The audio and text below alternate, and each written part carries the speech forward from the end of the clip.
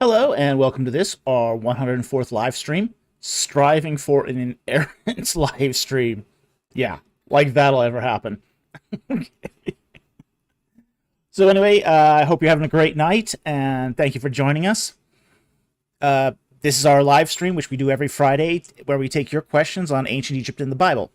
And we're just going to sort of launch into the questions here. The rules are the same as always, which is that super chats have priority, but we also take non-super chats. So if you want to ask a question, we ask that you put a Q and a colon at the beginning of the question. We also ask that you only post the question once. If I see repeats, we will intentionally not answer it. We also ask that if it has to do with a Bible verse or a word in a foreign language, that you give us a little context. For example, if it is from a book of the Bible, we do ask that you give us the book, the chapter, and the verse. Or if it's from an ancient language, tell us what language it's in and what you think it means. So we don't just scramble around trying to figure out what you're talking about. So with that said, let's get into the questions. All right, and we're going to start off with two non-super chats tonight. We didn't get a whole lot of super chats, non-super chats questions before the live stream, so we only got two, but we'll go back later on at the end of the screen and get some more in as more come rolling in. But the first two here is from Daduza Dude, and he asks, we know Neanderthals were spiritual beings who believed in an afterlife from their burial practices. How would they fit into the biblical narrative?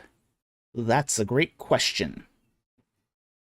And I think they fit into the biblical narrative as being fully human. I don't think they're a separate branch of humanity. I think they're just, in fact, the modern scientific nomenclature for Neanderthals is Homo sapien Neanderthal. So, if anything, they're a subspecies of modern humans. So, I think there's a lot to be said here to think that this is just sort of a branch of the mainstream of humanity, particularly a northern, a European branch of it. So, I don't think it's really it's not something the Bible really addresses, to be honest. Part of it is that the Bible doesn't recognize, say, Neanderthals as being non-human, or at least part of the historical narrative. It's kind of a little bit like how they regard like places like Sumer.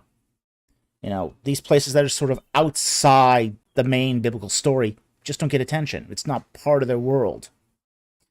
So I don't think, because Neanderthals aren't part of the world of the biblical narrative, it's not going to get a lot of attention, if any. So it'd probably be fit in with the stream of mankind. But whether that's before Adam or after Adam, nobody knows. Nobody knows, simply put. But they did seem to have religious practices. They did seem to believe in an afterlife. They did bury people with burial goods. And that's a huge sign that they had a belief in an afterlife. You don't find, if you find burials of hominids without burial goods, that's sort of a sign that religious practices have not yet developed. And it's very, very clear that the Neanderthals had the capacity for religious practices. So I think this is definitely, Neanderthals are part of the main branch of humanity. You know, even potentially descended from Adam and Eve. So that's sort of where I would stand on that. But again, I'm not going to get really dogmatic about this. It's just sort of outside the whole sort of framework of, say, the biblical story. And, you know, we do know there's a lot of potential for telescoping of those genealogies anyway. So, with that said, thank you very much for the question. It was a great question, but not a lot we can say about this one, just because it's just sort of outside the narrative. Our next super chat here, or non-super chat here, comes from Linguist Ammo. Good to see you here. In Joshua 11, we read, Joshua defeated Jabin, king of Hatzor. However, we also read in Judges 4 that Jabin, king of Hatzor, are these two different kings, or is there a contradiction? Well, they are two different kings. They're two different Jabins. Okay. They are separated by a very, very long period of time. So this is not the same Jabin.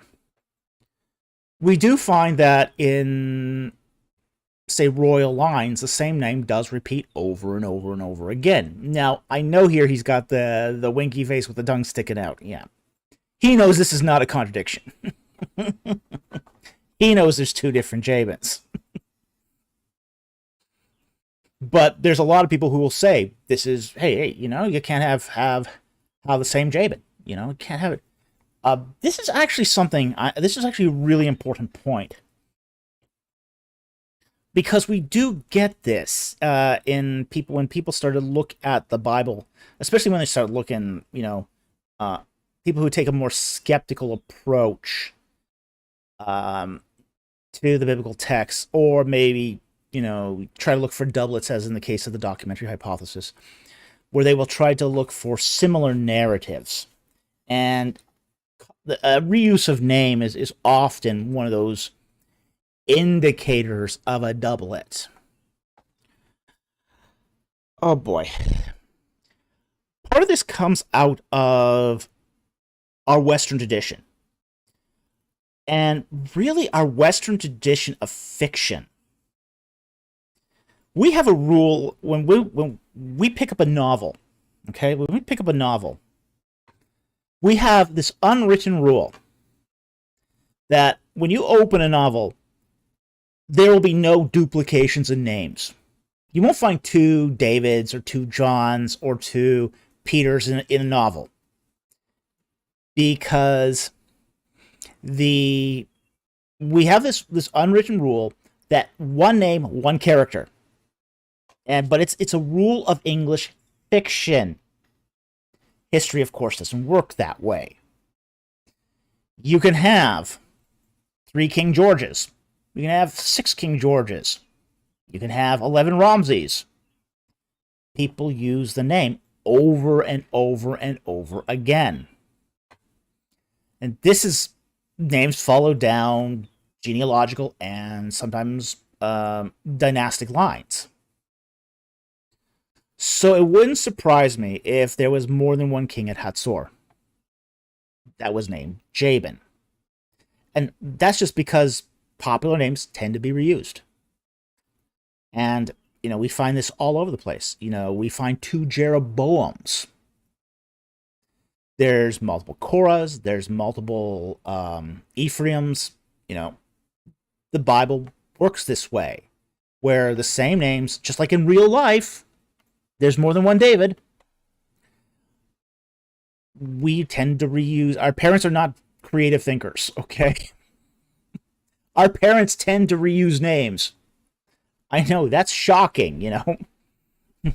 Yeah, historical strategy game. 15 Ptolemies, 7 Cleopatras, 4 Tutmosis, 4 Amenhoteps. Yeah, this is just standard operating procedure in every culture. In every culture. I mean, this is true of almost every culture. So, yeah, most people don't realize that the famous Cleopatra is Cleopatra the 7th. She's not the first Cleopatra. She's number 7. Yes, it does have the effect of also knowing what her lineage is as well, but yeah. So, historical strategy gaming. However, I heard David Falk is known as David the Greater. Well, time will tell on that one. So anyway, that this is a unwritten rule of English fiction that's being superimposed on ancient Near Eastern historical texts, and it's silly. It's silly. It's absolutely silly. But this is also why we get some very, very strange reading coming from English audiences, because that is one of our contexts that we import upon reading the Bible. One name, one rule, or one name, one character rule of fiction, or any literature. So anyway, thank you very much for the question. Very interesting question. But there's a lot of ramifications to this and how we approach the text. We have to, again, remember that our context often deeply affects how we perceive and how we interpret these ancient documents. So thank you very much for the question. Very much appreciated. Okay. Now, let's get to the super chats here. Our first super chat here is from 501 Mobius for $10. Thank you very much for the super chat. Oh boy. What do you think of the attempts of the early Exodus daters using the Amarna letters to put the Habiru as the Hebrews under Joshua attacking cities? A large number are in Lebanon and less in Canaan. Oh yeah. There's no question that the focus of... I think I did a survey once where I actually counted up all the instances of the Habiru. And it's something like 60% of them are in, like, Lebanon. They're Lebanon or Syria. They're outside of the Promised Land. So I think it's a very, very difficult to make the case that these are the Israelites. I think it's a desperate attempt. And a lot of it, the desperation here is based upon cosmetic similarity. They see similar altercations happening between the Habiru and some of the cities like Hatzor, and they think, oh, well, this is obviously the Israelites. Yeah. The problem here is when you get to the fine details.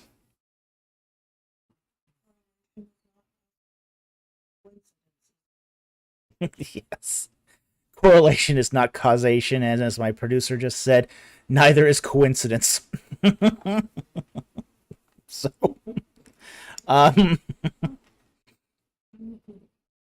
yeah. Yeah, so, definitely, I mean, this is a real problem. I mean, they're attacking Byblos. These Habiru are attacking Byblos. You know, the Israelites never make it that far north. It's not part of the Promised Land. It's not part of the territories. It's not part of the inheritance. So, yeah, this is a stretch. This is a stretch, and they don't have anything else. You know, they either have to equate the Habiru to the Hebrews, or admit that the Israelites did not enter the Promised Land during the 1340s BC. And that's going to make a mess of the early Exodus date. It's also one of the reasons, this is the Amarna letters are also one of the reasons why a lot of modern scholars reject a historical Exodus.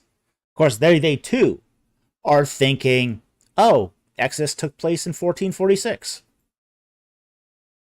So, yeah, they're following the same track of that early Exodus thinking that the early daters are doing. But they're coming to the exact opposite conclusion, that there's no evidence for a conquest. Now, you get to the 12th, 11th century, you know, there's lots of evidence for Israelite settlements at that point. You know, and in fact, even guys like Israel Finkelstein have said, oh yeah, you know, mid-12th century, yeah, we see all sorts of truly Israelite settlements pop up. Well, you get to the mid-12th century, I mean, you're in the late Exodus, you know, conquest period at that point. I mean, we should expect that if there was a late Exodus date. But this is also, as I said, the use of the Amarna letters has shown that there's a lot of squabbling city-states. There's an Egyptian hegemony.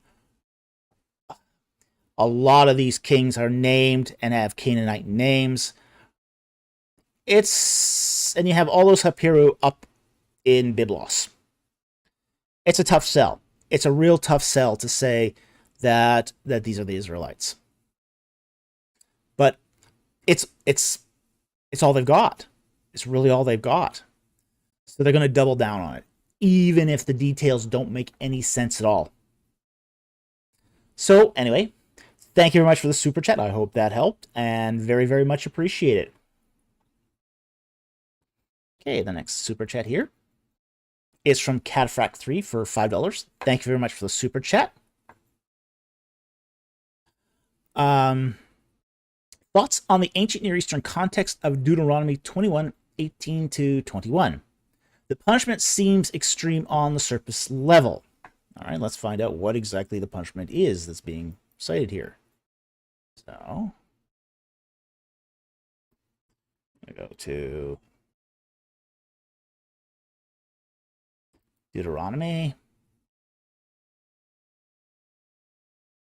21:18. Okay.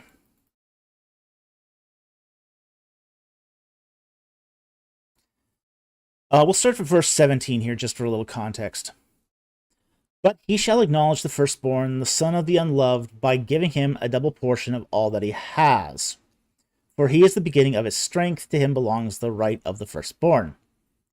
If any man has a stubborn, rebellious son, who will not obey his father or his mother, and when they chastise him, he will not listen to them, then his father and mother shall seize him, and bring him out to the elders at the gates of his home, and they shall say to the elders, this son of ours is stubborn and rebellious. He will not obey us. He is a glutton and a drunkard. Then the men of his city shall stone him to death, so you shall remove the evil from your midst, and all Israel shall hear of it and fear. All right.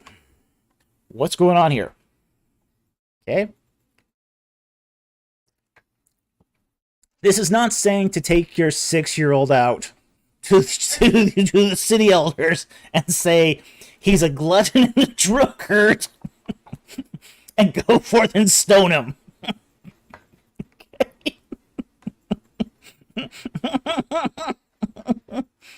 This is not a remedy for a kid who didn't put his toys away. Okay.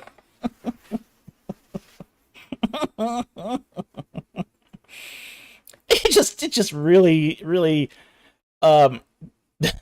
makes me laugh. Really makes me laugh when I hear skeptics say, "Oh, this is about infanticide."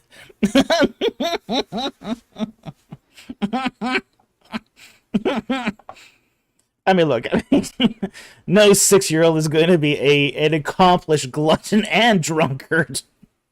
Okay? Now, there is something really, really serious going on here. Okay? And this is more than just... This is not just a rebellious son. Okay? It's that too. It's that too. But that's sort of the pretense here. This is a bad man. Okay? Bad man. This is a murderer. Okay? The parents here have raised a child that's turned out to be a murderer. We have to remember that gluttony in the ancient Near East, and particularly in Israel, is connotated with murder. You are eating more than your fair share, and somebody else is starving to death because of it. There's a communal guilt here. And that is really important here. This is not just some kid that won't... This is not some grown-up that's disobeying even. This is a guy who's really bad. Okay? You know... This is like you've raised a kid who's gone and, excuse the analogy here, but shot up a school. It's that level of bad. This is a person who's destroying a community by killing people by his behavior. Okay. Well, okay, I'm going to answer Bonbon's rejoinder here in a moment, but that's what's going on here, is that it's a behavior that's leading to the deaths of others. And this is an empty man. Basically what they would call an empty vessel. He's completely corrupt. There's no good in him. He's destroying people. He's killing people. He's the worst element of society.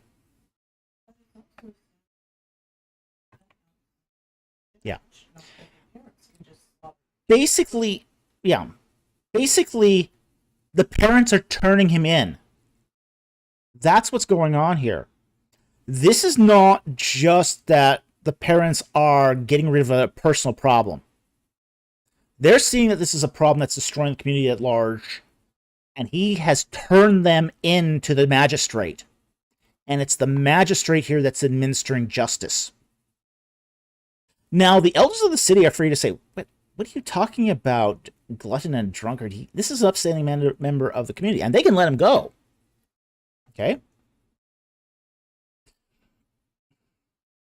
You know, they are bringing this man, this son of theirs, to the elders to face judgment for the crimes he's done. So it's a little more than just taking your 6-year-old out and stoning him. Okay? This is a real awful human being.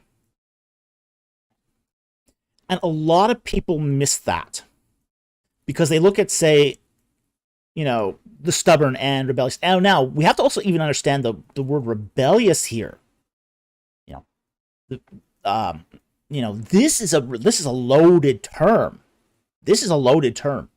You know, to be in rebellion is one of the acts that cannot be forgiven by your normal temple, you know, sin offering.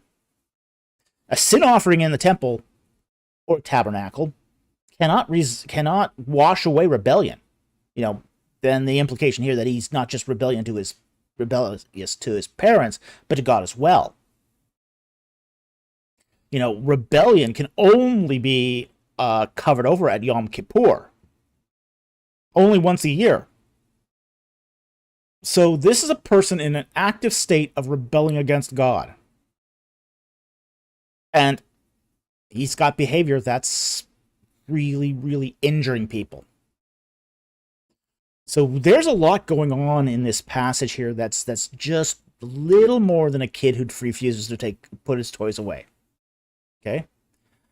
So, now, let's get to Bonbon's alternate question here, because I think it's also important here, which is, let's take it down. Why don't they name murder explicitly but say gluttony and only imply murder by proxy? Because it is murder by proxy. It's a specific behavior that is, it's done implicitly. Okay? So, you get people, if they just said murder, then it would just be, oh, well, he didn't kill anyone. You know, he doesn't have a bloody knife or a stone with blood on it. No, it's okay. You know, it's lowering, it's raising the bar to include this implicit form of murder as well. You can also murder somebody. Mm-hmm. You know, this is a long-term, cold-blooded. Mm-hmm. A lot of murder is done out of passion, you know, out of rage. The gluttony is more about callousness and disregard. Okay? He doesn't care about the consequences. He doesn't care about anyone else. Just feeding his needs, whatever they are. So, well, we won't go into that, but because that's a possibility that would be extended, but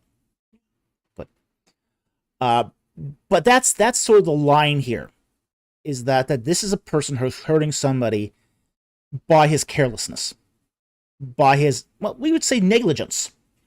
Negligence. If you are negligent and you kill somebody, you didn't, maybe not intended explicitly to kill somebody through your negligence. Let's say you had a car on a driveway and you left the brake off, and you knew better that you should have put on the brake, and the car starts rolling down the hill and kills someone.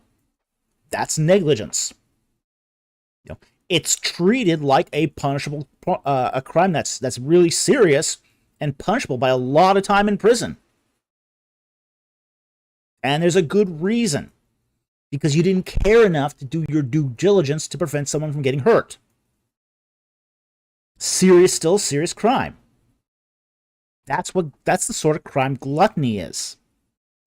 It's murder that's done implicitly through callous actions.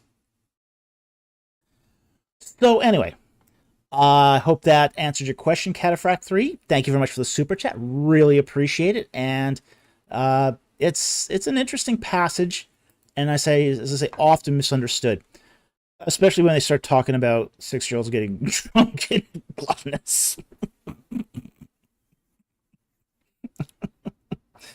Okay. All right. That was fun. The next super chat here is from Asimweir for $4.99. Thank you very much for the super chat. Should we trust the Israelite spies' report concerning the continued existence of the Nephilim? Numbers 13:33. All right, let's bring up the Bible.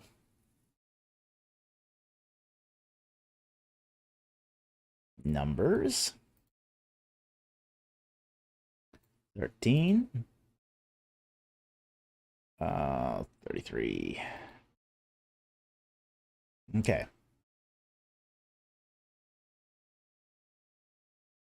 I'll start at verse 32 here. So they gave out to the sons of Israel a bad report of the land which they had spied out.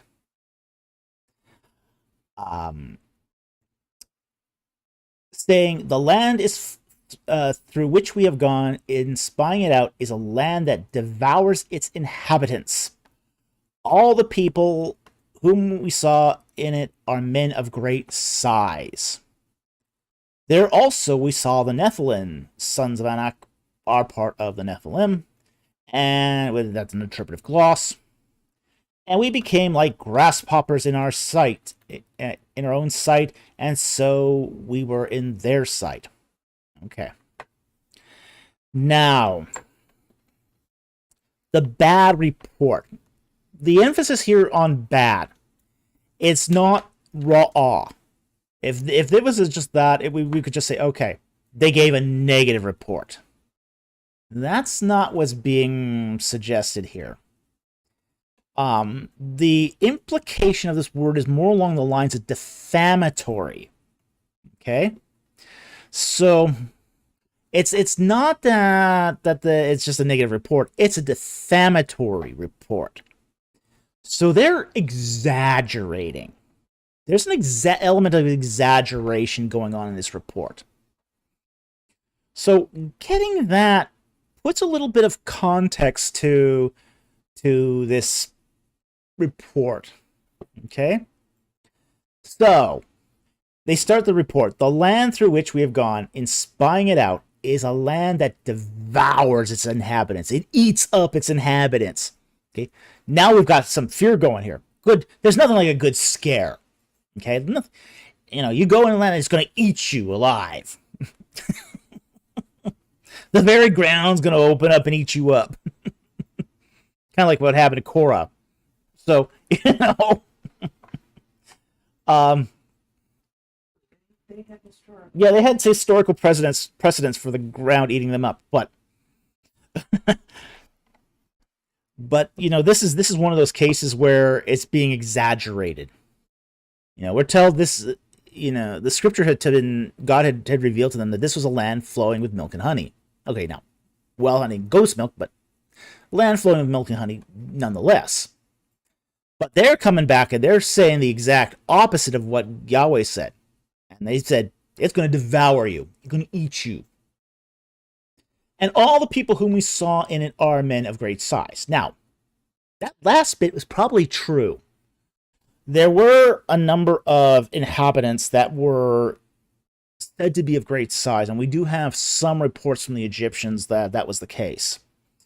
Some of the Shasu were reported to be quite tall. And if they had just stopped there, they would have exaggerated, but they went on a little further. There we saw the Nephilim. All right. Now we got a real good fear going on. Because the Nephilim, the fallen ones, had taken on by this point, a fearful cachet as being the ones largely responsible for the destruction in the flood. So you throw the Nephilim in too. Why not?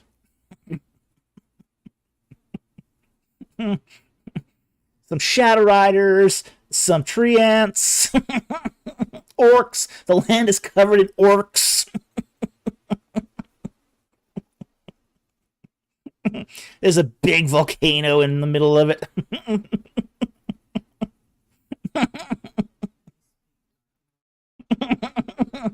The inhabitants speak the dark tongue of Mordor. But that's what these spies are doing. They're exaggerating. They are really, really laying it on thick. Okay? And you can tell that from the very next line. And we became like grasshoppers in their sight.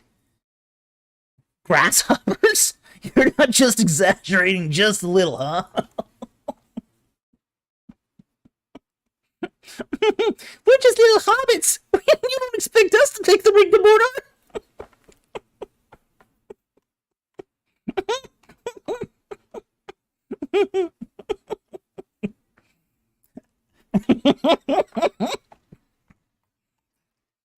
Yeah, they are laying this on really thick. Okay, they are laying it on thick. So no, I would not trust this as good evidence for the continued existence of Nephilim. All right. We can chalk this one up to an unreliable report meant to scare people. So essentially, they wouldn't have to face the inhabitants. Okay. Now, much of some of this fear might have resulted from the fact too that the Israelites were probably outnumbered when they entered the land, and the spies would have known this. So they enter the land and they see that the people are more numerous than them. So they knew that big men would have been there. There would have been a fight. They're outnumbered. Yeah, and that's what they were afraid of, really. Was getting into a potential fight that they could lose. So they're exaggerating big time to scare the people so they wouldn't go in. But this was, again, losing faith in God, that God would be fighting on their behalf. So, that's and this is why they end up having to wander the wilderness for 40 years. Is because they did not trust in the God that, hey, defeated the Egyptians, but now he's not going to defeat us. He's not going to defend us against the Canaanites. Yeah. Their lack of faith was disturbing. But this is how they respond, is they exaggerate. Essentially lie. A lie through exaggeration of what the state of affairs was. Instead of bringing back accurate information about what the Promised Land was like. So, anyway, thank you very much for that super chat. Very, very much appreciated. Okay. Here. Our next super chat here is from Addison Weir. What? He said the Nephilim were 70 feet.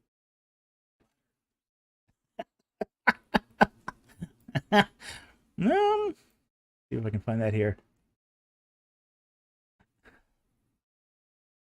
A bunch of Goliaths running around. Yeah, pretty much. I mean, that's really what we're doing. Men there that are several dozen times our height. The Nephilim were 70 feet tall. Flat earthers, yeah. Oh yeah, some of those indications that these were giants, I mean, are ridiculous. I mean, absolutely ridiculous. I mean, I heard one of these guys say, "Oh yeah, um, the the Egyptian kings were massive, massive. They're huge. They were giants, literally giants. Like Ramses II was literally a giant because you you see on his reliefs that the relief of the king is like 10 times taller than the enemies he's fighting. It's like, wait a minute. You can go to the Egyptian Museum and see the body of Ramses II. He's shorter than I am. I mean, I'm not a tall man. Ramses II is shorter than I am. He wasn't some 70-foot giant. Yeah, you do get some crazy stuff on the internet, I'll say this.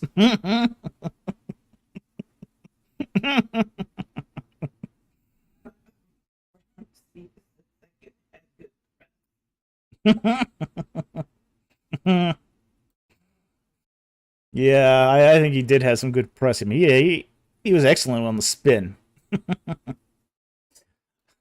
Dr. Falk is a giant. Confirmed. Well, I wouldn't go that far.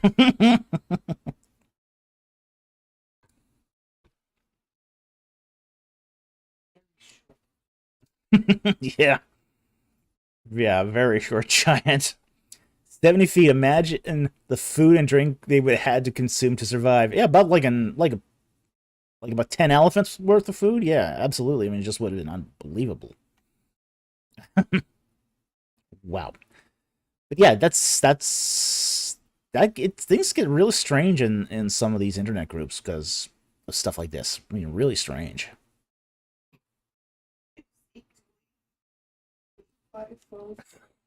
Oh dear. Wait for that to come up here.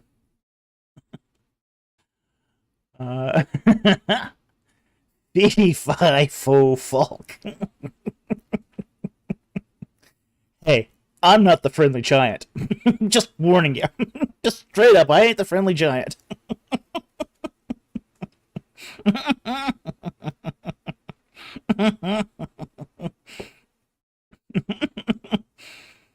I'm the sort of giant that'll kick down your houses. Yeah.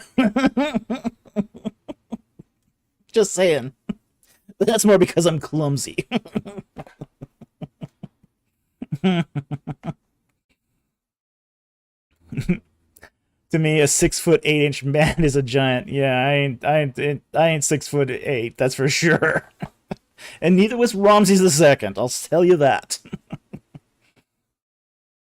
All right, let's get back to the super chats here. Yep, we were on Addison. Addison, we were for 199. Thank you very much for the super chat. Thoughts on Southern Evangelical Seminary? Interesting school. I remember when it was started by Norman Geisler. I remember when he was like doing his pitch to get it started in the 1990s. And it was started to be a graduate school / seminary for the purposes of making a school for apologetics. Now, at the time he started this, there were no apologetics programs, at least not very many. I think the Roman Catholics had a few, but very, very few evangelical schools had apologetics programs. Now, there's a question about whether or not that's a legitimate field of study, okay? Because it's not really a concentration as such. However,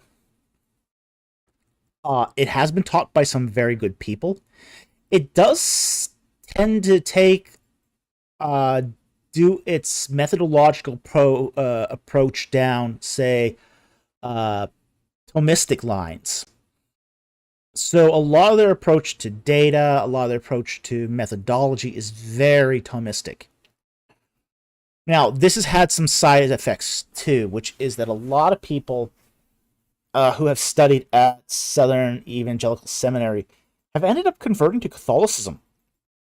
A very, very large number, and a large number of their faculty. Now, they do stress that they are a non-denominational seminary. Fair enough. You can be evangelical and Catholic, and there's no necessarily inherent contradiction to that. But it is just very, very interesting that a lot of the faculty and students of SES end up converting to Catholicism. Some of that is their Thomistic approach. And that Thomistic approach does lead people at times into to examine and to get more involved in Catholic doctrine. I don't necessarily have a problem with that. But you should know it. If you're going to do a graduate degree at SES, just be aware of that's part of their methodology, and that can have results. Like all education can affect your thinking later down the road, which is a good thing, actually. You want your education to affect your thinking. You should also be, because good education should transform the mind. But if it's a red flag for you, you should be aware of that. You should understand that going in. And again, I don't have a problem with that per se, but that is their perspective. So I don't endorse or deprecate them. But again, I think they've had a lot of great instructors. I think they've had some really good programs, people going through that were very, very talented. They've had a lot of great instructors, but there is that thread. As long as you understand the thread, and you find it, I don't think it'd be any problem for, say, a Roman Catholic to go there. If a Roman Catholic wanted to become an apologist, I can't see any problem with them going to SES, for example. Now, there's a lot of Catholic schools out there that do offer apologetics programs, so at that point, you're now going, hey, okay, I've got choice. If you're an evangelical, you got basically a lot less choice. But there's nothing there that would compel you either to become a Catholic. So, they're not going to basically say, hey, if you come study here, you need to be a Catholic. No. They don't do that. And a lot of the Thomistic approach has validity. Absolutely. It's a perfectly valid approach. I think that a lot of good apologists do use that approach. There's nothing inherently wrong with that approach. It is very much influenced by Aristotelian ethics and thinking, which, again, very rigorous. It's very rigorous. But, again, it's good to know that it's there. So, anyway, thank you very much for the super chat. Very, very much appreciated. Let's see, what do we got here? JVM, I don't know who JVM is, okay. Oh, Mongo, okay. There's a couple interesting comments here by Patui here. I remember John Warwick Montgomery calling that an apologetics program, quote, that gets to Jesus somewhere around the middle of chapter 9, end quote. Yeah. Yeah. There's a lot of prolegomena in the Thomistic approach. A lot of prolegomena. Oh, that's foundational work. Montgomery got away with saying that because he remained close, lifelong friends with Geisler, Van Til, Gordon Clark, almost everyone. He just had very strong opinions. Well, he did, yeah. Still does. Is he? I think he's still alive. I think Montgomery's still alive, but yeah, he has very strong opinions. But then again, I have very strong opinions. I don't think anyone accused me of not having strong opinions. So there's nothing necessarily wrong with strong opinions. But yeah, he it is true about the Thomistic approach. Is there is a lot of promagola, a lot of foundational work that leads up to then say the more apologetic work. So anyway, I want to thank. Whoops, we all have strong opinions. Yes, we do. All right, get back to the super chats here.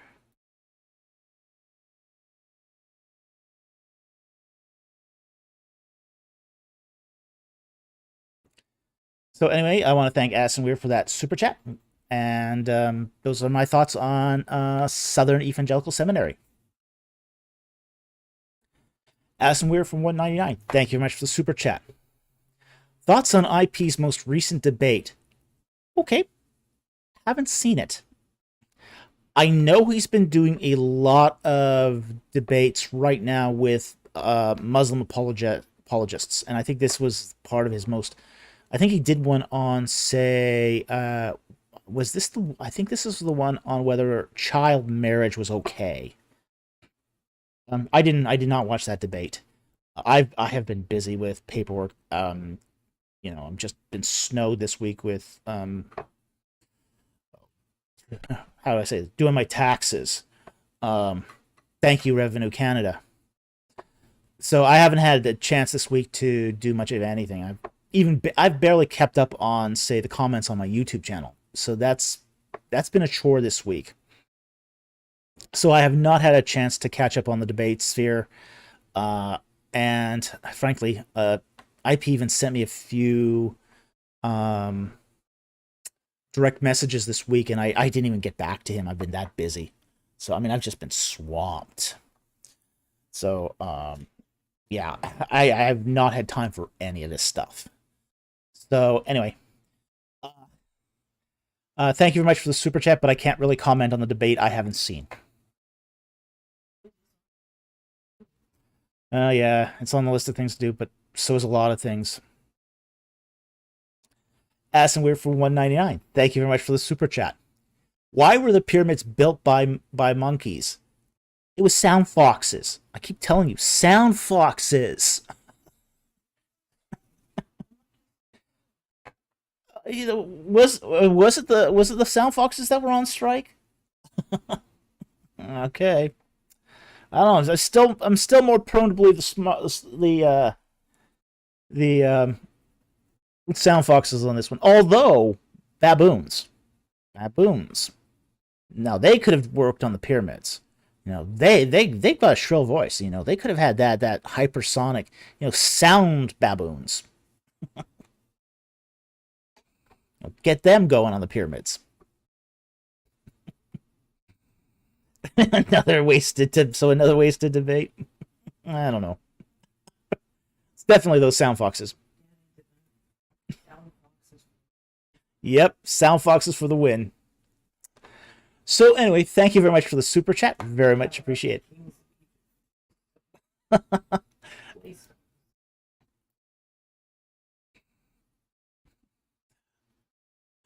Baboons? Oh yeah, baboons. Yeah, you see them in a lot of Egyptian art. And you know what? It's even more interesting. They often got their hands up against stones. Maybe they had the power of levitation. Could be. Yes, baboons with the wisdom of Thoth.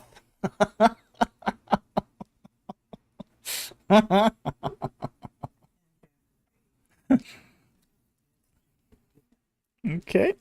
I would get to Jack Ray's comment at 8:56 here. Okay. Now, let's get back to the super chats.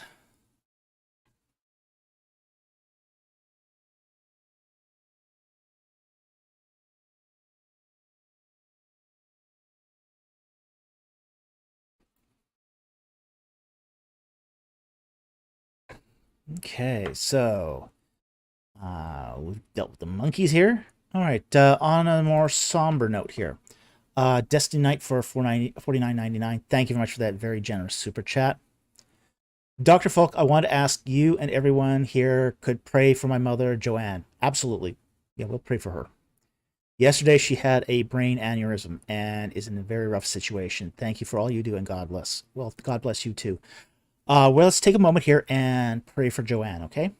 So let's bow our heads. For those of you who don't believe in the power of the prayer, just follow along in spirit, okay? Dear Heavenly Father, we want to pray for Dark Knight's family and for particularly Joanne. Lord, we know that you are the great God of the universe, the God who made all things, who created life. You know that the sparrow does not fall without you being aware of it. So we ask that you may put your healing hands upon Joanne, strengthen her body, strengthen her spirit, give the family comfort as they deal with this medical crisis. Lord, we just pray that you may give them the peace that passes understanding and let them know that you are in control no matter what happens. Lord, if it be within your will, grant her healing and help their faith come out stronger as a result of this. Lord, we pray that you may just lift them up and be there to comfort and to protect them. We ask this in the name of your Son, Jesus Christ, we pray. Amen. So I would encourage others to pray also and to continue to pray. And we hope your mother gets well. So anyway, thank you very much for that super chat. We really appreciate this generous support, and we do hope for speedy recovery for your mother.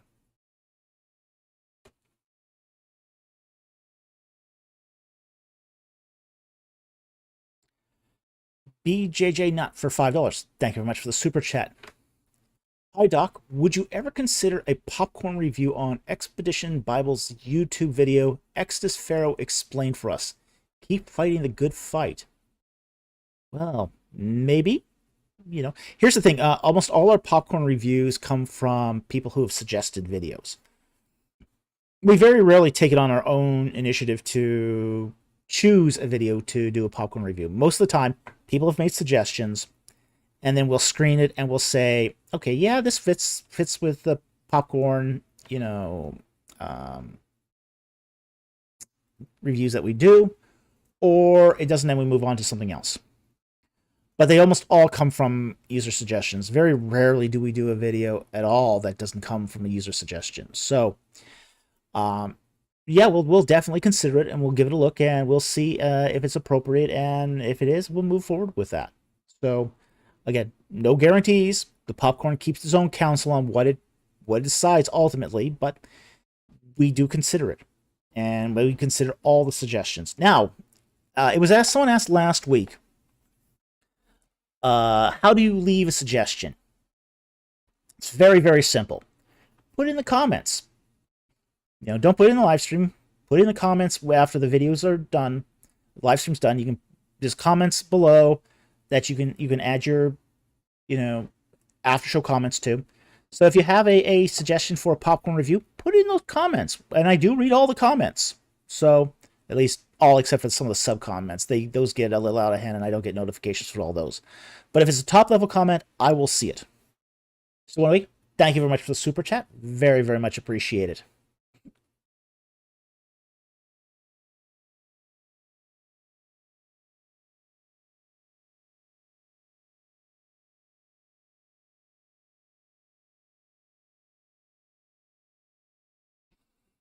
Okay. And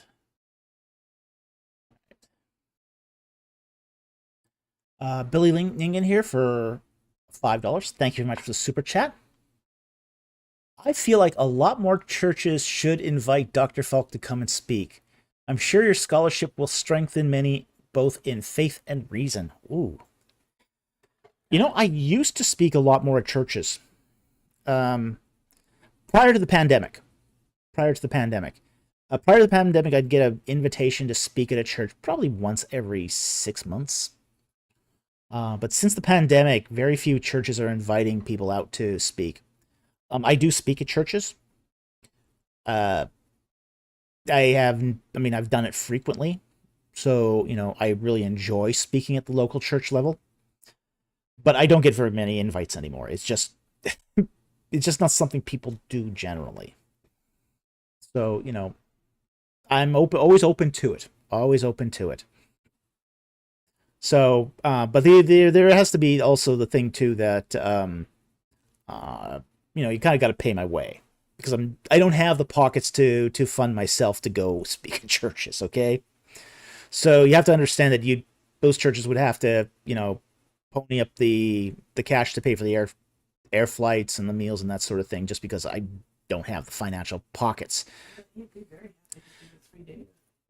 But then again, yeah, but then again too, I'm also very happy to do if they do that thing. I'm also very happy to do say 3-day seminars.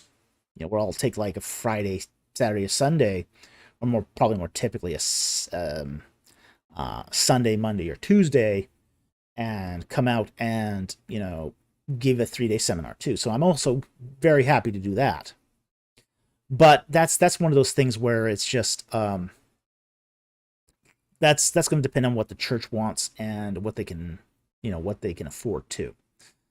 So again, I'm open to it. I'm more than happy to do it. Basically do 3-hour marathon sessions, 3 hours marathon sessions Friday nights. So there's nothing saying we can't do that for the local church too. And again, I'm very, very happy to serve the local church in whatever capacity I can. So, yeah, if you represent a local church and you want me out to speak, I'm more than happy to do so. Swanee, thank you very much for the super chat. Very, very much appreciate that.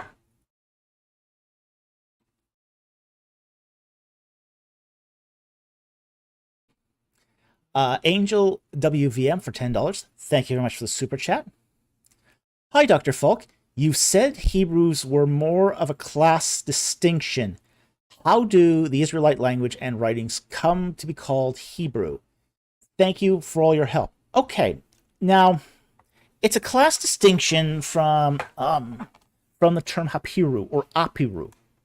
An Apiru or Habiru means bum, a mercenary, no good, outcast. Okay? But it's also a word within the ancient Israelite context that sort of changed over time. It sort of started off as having that connotation of being of an outcast.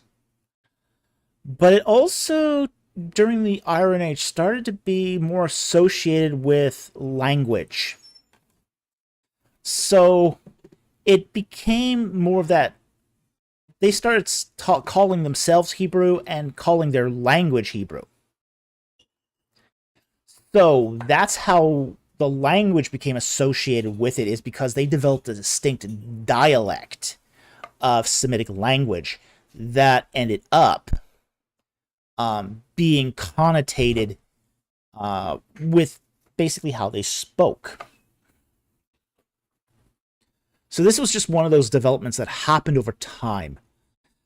And it's just one of those sort of freak things that they just, they had this derogatory term and they more or less embraced it.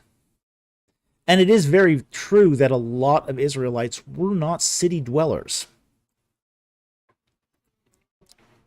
The term Habiru was much more associated with people who lived on the outskirts of cities than those who lived in cities proper. A lot of sojourners would have been considered to be Habiru. And what you have in the case of the Israelites is more or less a nation of sojourners. They're basically going to the promised land, dividing up the land amongst themselves and sojourning that land. Basically living a pastoral lifestyle as they move their flocks from sort of pasture to pasture within their territory. So they just sort of came to embrace that term. And at that point, as their language changed, it became, the term itself became more associated with the language than it did with their social status. But again, that doesn't happen until at least the Iron Age, possibly even the Second Temple period. So anyway, thank you very much for the question. Very, very much appreciated. And thank you so very much.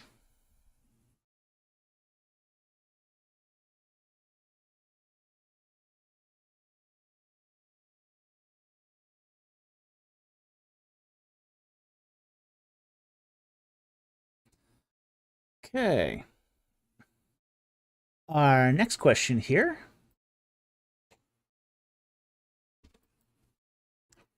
is from Billy Ningen for $5. Thank you very much for the super chat.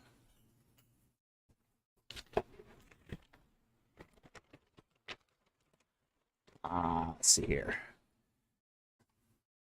Just a second here.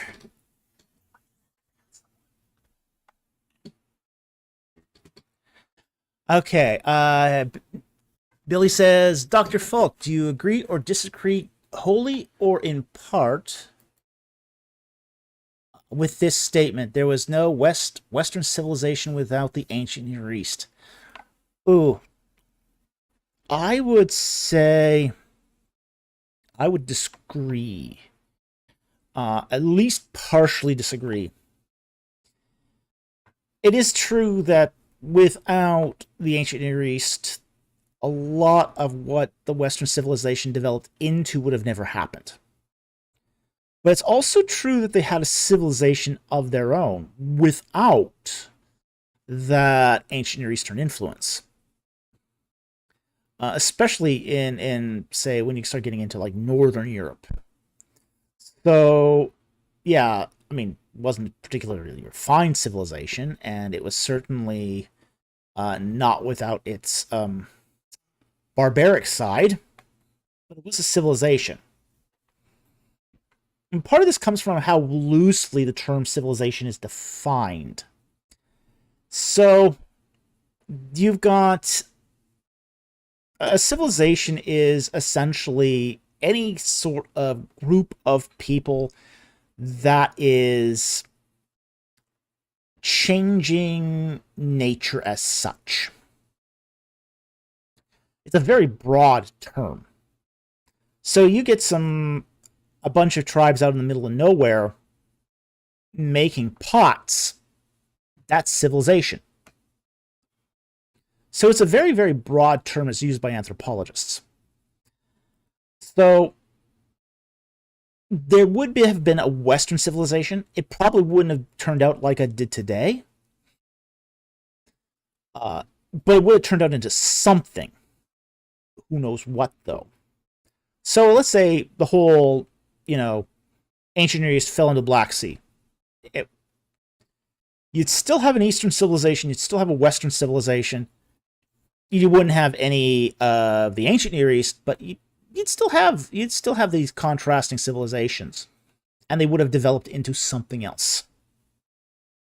So anyway, thank you very much for the super chat. Very, very much appreciated.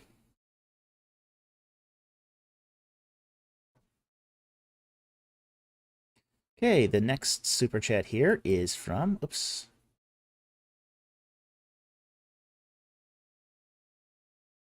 Billy Ningen for $5. Thank you very much for the super chat.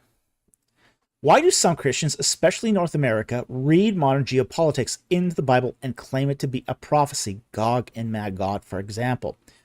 American exceptionalism. Essentially, that's what it is. Now, there is no question that the United States is probably the most powerful military country ever to exist. It far outstrips the power of even Rome. There has never been a nation as powerful militarily or influentially as the United States of America. I don't think that's a controversial statement. Yeah, Russia tries, but it's really a second-rate adversary. Okay.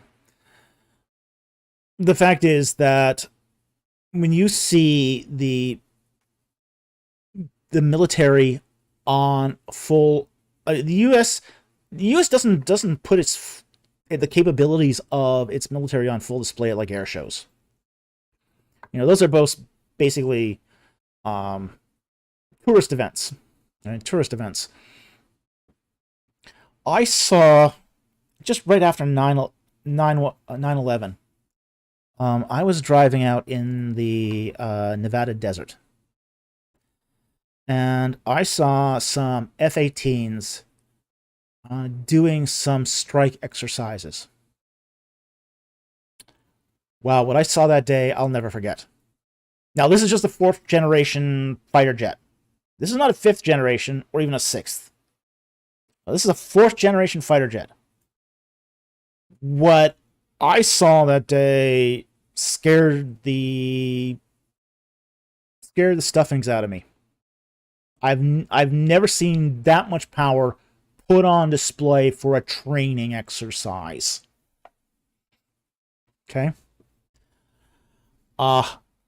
Yeah, don't mess with Texas. That's yeah, don't mess with the U.S. military because you'll regret it. It's just the firepower involved, the agility of those planes. I could not believe the agility.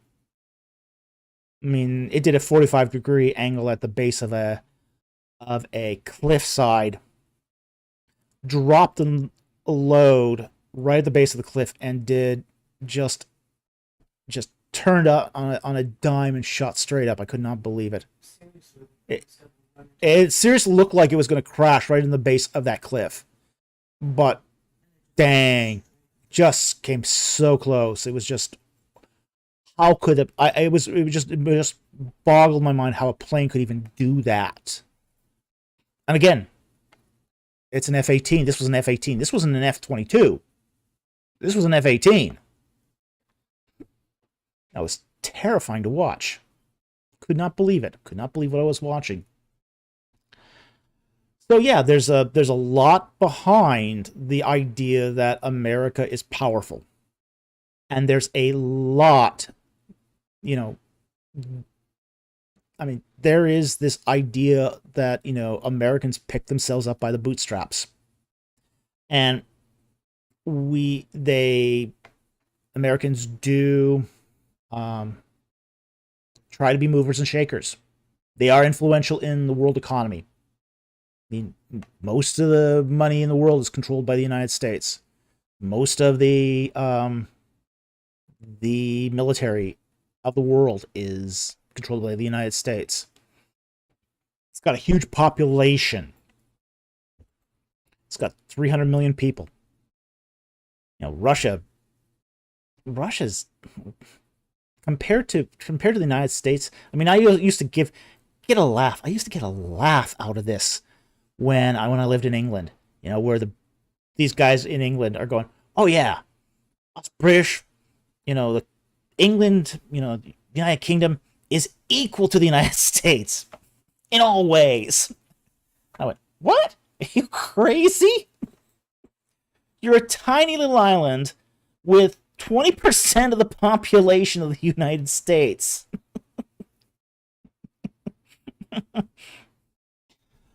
So, given the scope of how big and powerful and numerous the United States is, it's not and also given its history religiously. You had rugged independence in even its religious movements, like the Pilgrims. There was a lot of groups that came to the United States to secure their religious freedom. So all this goes into that cauldron of American exceptionalism. So because they do believe in American exceptionalism, they also believe that how can the Bible not recognize an exceptional state? Well, the answer is empires come and empires go. Even the mightiest fall eventually. So, with that said, it's very true that in North America, Americans do inject themselves into, say, the prophetic framework of the Bible, whether it's Gog or Magog, or in some cases they'll talk about the four nations of the end times, and they'll consider themselves the one that had the wings that was torn off and given a heart of a man. They'll say, "Oh, that's America," because that's the duplicity or the ambivalence of Americans. But yeah, all that is just injecting themselves into the prophecy. So, but it is something that North Americans are particularly prone to do, and really Americans of the United States. You don't find that so much in say, Canadian or Mexican Christianity as much. But you do find this a lot, especially in, say, more fundamentalist circles. Once you get into the high liberal churches like the Methodists, those guys don't even believe in prophecy. So,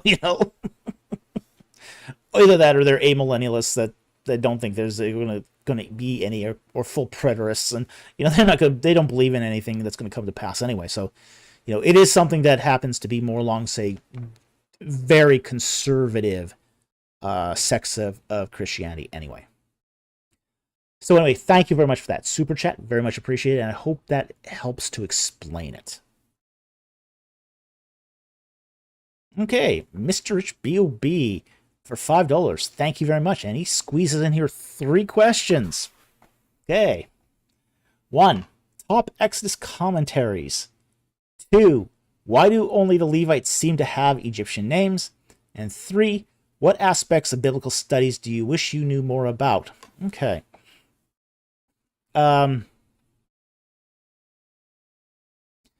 Top Exodus commentaries. Now, there are a lot of commentaries on Exodus. A lot of them. And I think there are some that are really, really good. I think there are some that are just okay. I do like a variety of perspective in it. I think it's unfortunate that, for example, Nikot, the New International Commentary on the Old Testament, has covered the entire Old Testament with its commentaries, except Exodus. I'm not sure why that is. It's just very bizarre, but yeah, that's a gaping hole in Nikot's line there. I don't know if they just haven't found anyone who they think is appropriate or what, but Nikot really needs to resolve that. But of the ones I think are pretty good are Brever Childs did a good one. That one's more conservative. Desmond Alexander also did a good commentary.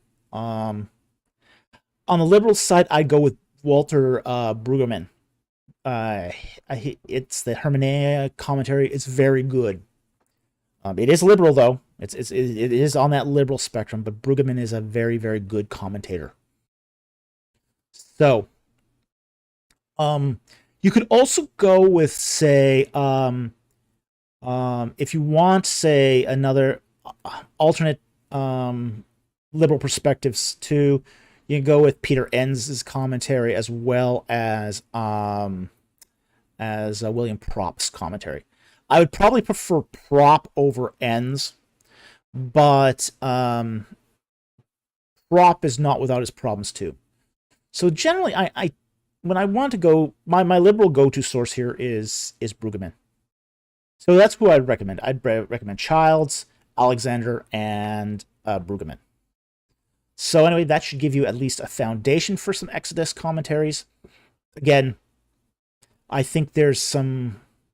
I'd like to see a better Exodus commentary come out in general. One that actually engages the Egyptian material.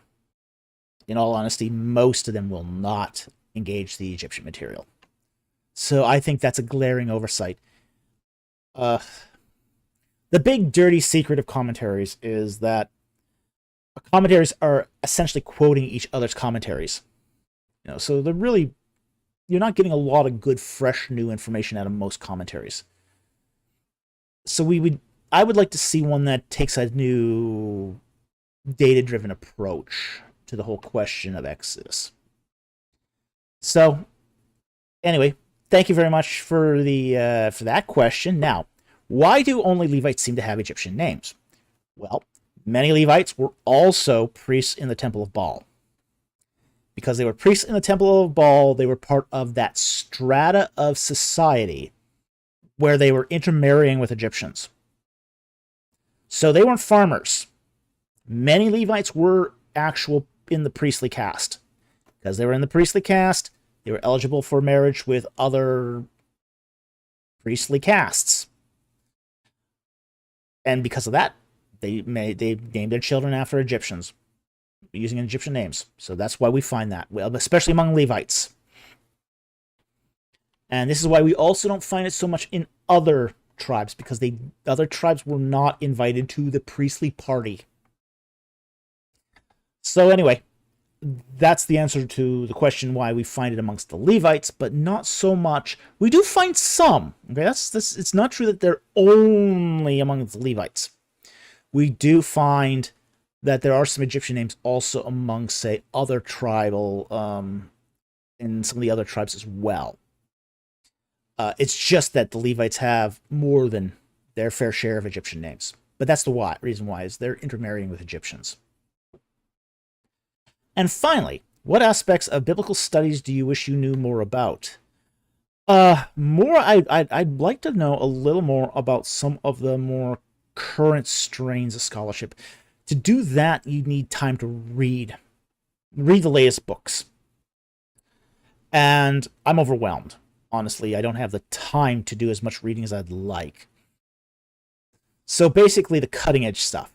That's where I'd like to really, if I had the time and the money, that's where I'd place it. Is just because there's just so much interesting material out there right now, but you just need the time to sift through it all and the money to buy the books. So anyway, thank you very much for this super chat. Very much appreciate it, and I hope that answered your questions.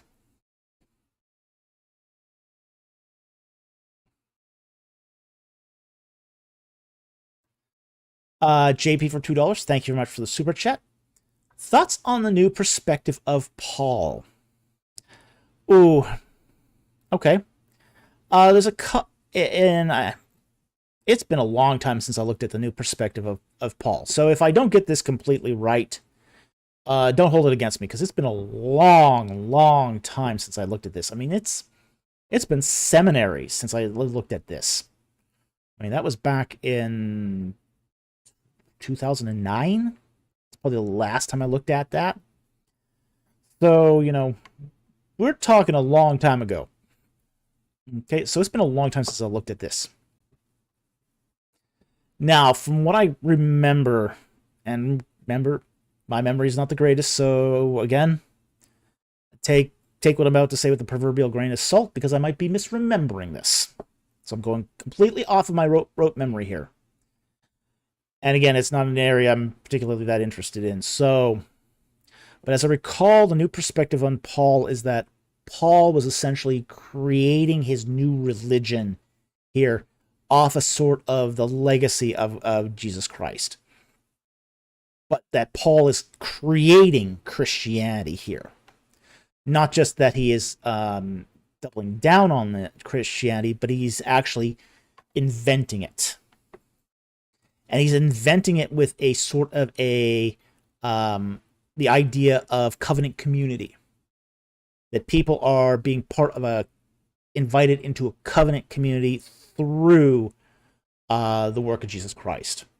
But this is not a teaching that was taught by Jesus, but one that was taught by Paul. Okay. Now, my thoughts on this is that I don't buy it. Now, some of it I buy. I do think that there is an aspect of covenant community here that he's absolute, that the new perspective of Paul is definitely keying in on. Okay, I have no problem with that. But it's also true that Paul is reciting creedal formulas that predate him, throughout his epistles, he's citing creedal formulas. These creedal formulas had to have existed prior to Paul. Probably going back even to the first few years of Christianity itself.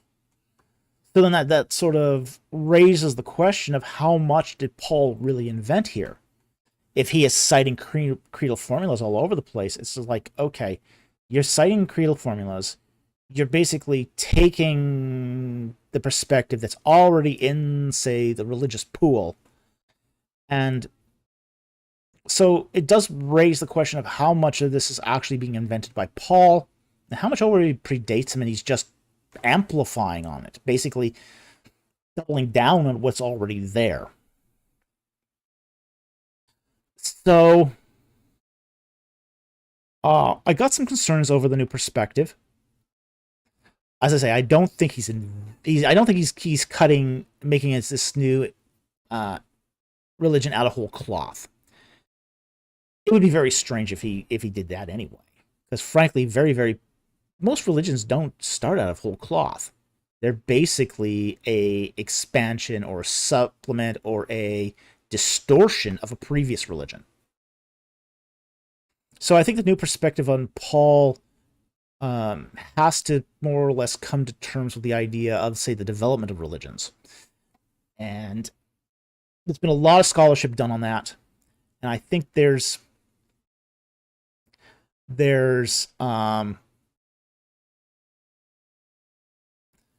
some things there that I think really needs to be seriously addressed. Now, see here, Mr. Rich B.O.B., there are quite a few new perspectives on Paul. Yeah, well, that's true, too. There isn't just one. There is not just one. So I think that's a really important comment, too. Yeah, Wright says that Paul wasn't, he's talking NT Wright here, that Paul wasn't refuting about works salvation, rather he was refuting the idea that keeping the law would bring the Messiah sooner in, if I remember correctly. I haven't read N.T. Wright's view on this, but I know there's many new perspectives on Paul, so that point stands on its own. Yeah, so there's a lot here that's going on in the mix, and there's a lot of work of scholarship being done on this, and I'm in no way keeping track of any of that. As I said, I haven't looked at it since 2009, so yeah. I'm not the best person to be asking this question to. However, that's as much as I can probably recall off the top of my head as far as this goes. So anyway, thank you very much, JP, for that super chat. Very much appreciated.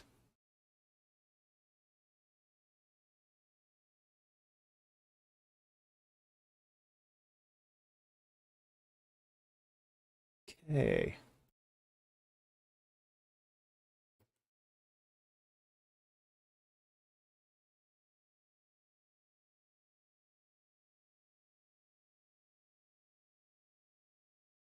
Sentinel Apologetics for $10 Australian. Good to see you here tonight, Rob. Thank you very much for the super chat. Blessings, David. That Muslim I debated conceded an argument from silence that the Pharaoh drowned. Well, that's Islamic theology. Islamic theology says the Pharaoh drowned. Are there any pharaohs within the range of proposed Exodus pharaohs that could have drowned? Not that we know of. Almost all of them, I mean, we have the bodies. We have the bodies for almost every king of dynasties 18 and 19. So that covers most of your range right there. So, for example, Amenhotep II didn't drown. Tutmosis IV didn't drown. Amenhotep III didn't drown. Ramses II didn't drown. Ramses III didn't drown. Okay? That's most of your candidates right there. Even Akhenaten didn't drown. We don't know what happened to him exactly, but he was pretty old at the time he was believed to have died at Akhenaten. Okay? So, he would have been a terrible Exodus candidate anyway, so that's really not, that doesn't actually help. So, those are your proposed candidates. Not a single one of them drowned. We have no evidence of any of them drowning at all. And we got the bodies. That helps. Yeah, historical strategy gaming. Ramses III has throat slit. Yeah, that's exactly how he went out. Yeah, ugh. Yeah, that's a grisly wound. Yeah, the guy who slit Ramses III's throat wasn't using a scalpel. I mean, he basically hacked the guy's head off. I mean, it was just, ooh, ah, yeah, Jack Ray. There's a whole lot of not drowning going on. Yep, yep, absolutely. The other thing too is when people drown, especially in a place where there's a lot of upheaval of water. Okay, so let's say you had the walls falling of water falling in, that would have raised up the sand bed. Similar, like we find, like for example, people who drown in like tides and tidal currents. Okay, where there's a lot of sand being picked up by the tide. They tend to have sand in their nose and throats because they're taking in water that has a lot of sand content. We would easily find this in any of those mummies. Easily. You know, and frankly, it's a little remarkable that we don't find any sand in the nasal and throats of these mummies, considering how sandy a place Egypt is regularly. You know, it's quite remarkable that we don't find any sand in these mummies. Anyway, because it's just, Egypt's a very sandy place. So if we did find a mummy that drowned, it would really stand out. It would really, really stand out. I hate sand. It gets everywhere. Yeah, it does. Although I will say this. Sand beats mud every time.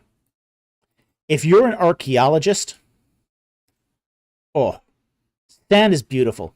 Sand is lovely. Mud is terrible.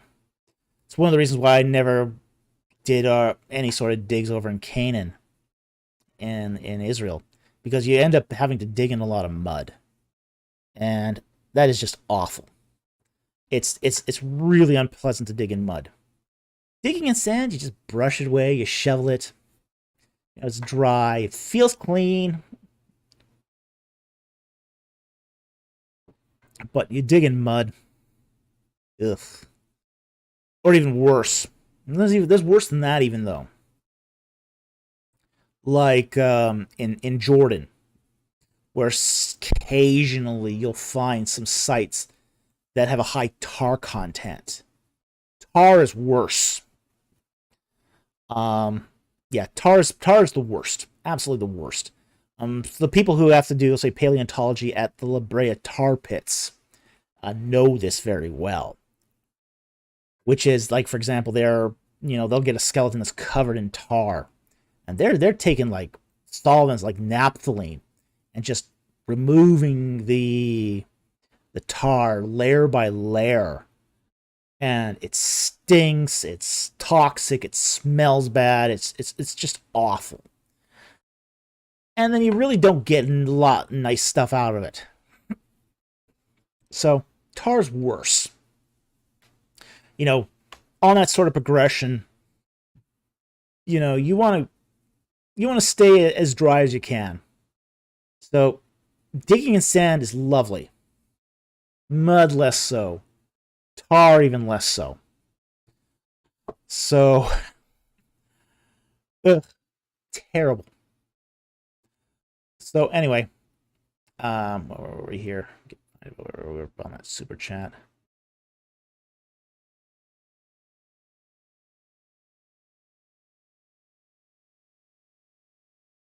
So yeah, if we had noticed any pharaoh that had drowned, it would have been very evident. It would have been very evident by, as I said, sand, and even some snails. I mean, you know, there's tiny snails that are in the Nile too that would have gotten into some of those passages as well. So yeah, there would have been evidence of drowning if there had been any of those proposed kings of the Exodus had drowned. So anyway, I'm glad that the debate went so well. I haven't watched it, but I'm sure you did an excellent job at it. So anyway, thank you very much for the super chat. Very, very much appreciate it.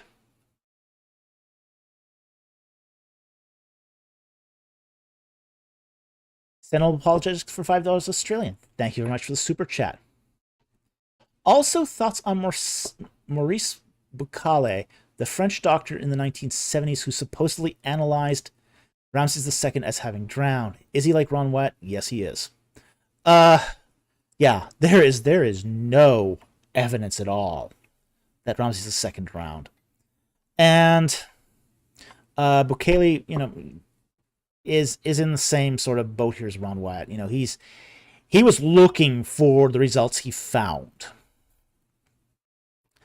So yeah, there's no evidence. That mummy's been thoroughly examined, absolutely thoroughly examined for sand content, and there are evidence of drowning, and there's just none.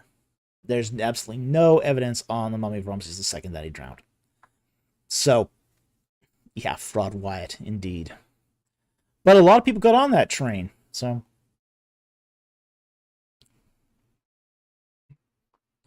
So anyway, thank you very much for the super chat. Very much appreciated. But yeah, he's in the same league as Ron Wyatt. Not a credible source.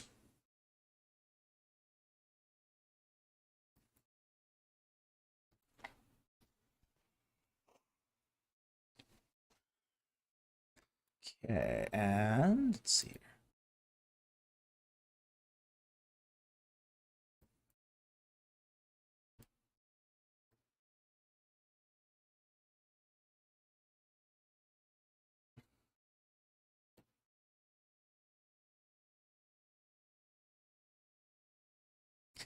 BC for $10 Australian. Thank you very much for the super chat.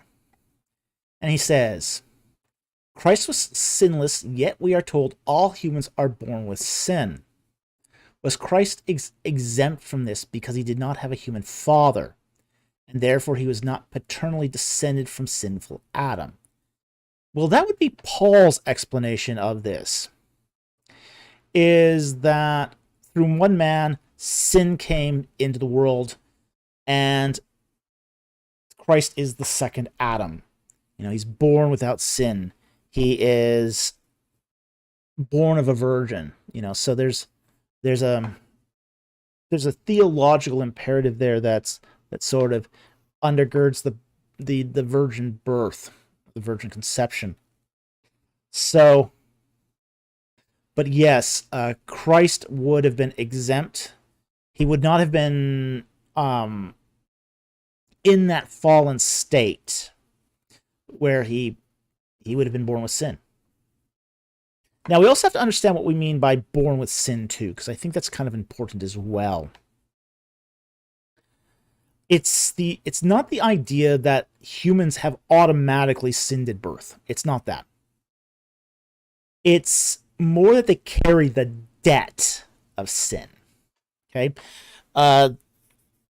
To explain this, you have to understand Jeremiah 31, where it talks about the old covenant. And in Jeremiah 31, it talks about the parents eating grapes and the kids feeling it on the teeth. And it puts the teeth on edge, and the kids' teeth are on edge. And that's the saying. The parents eat grapes and the kids' teeth are on an edge. Okay? Now, what does that mean? Okay. Grapes are a very acidic food. If you eat too many grapes, what happens is it softens the enamel, and it makes your teeth feel weird. And you eat so many grapes, you're just going, eh. I mean, it's just a weird feeling because it's so acidic, right? So the idea of Jeremiah 31 is that the parents are sinning, eating the grapes, but the kids are feeling the consequences.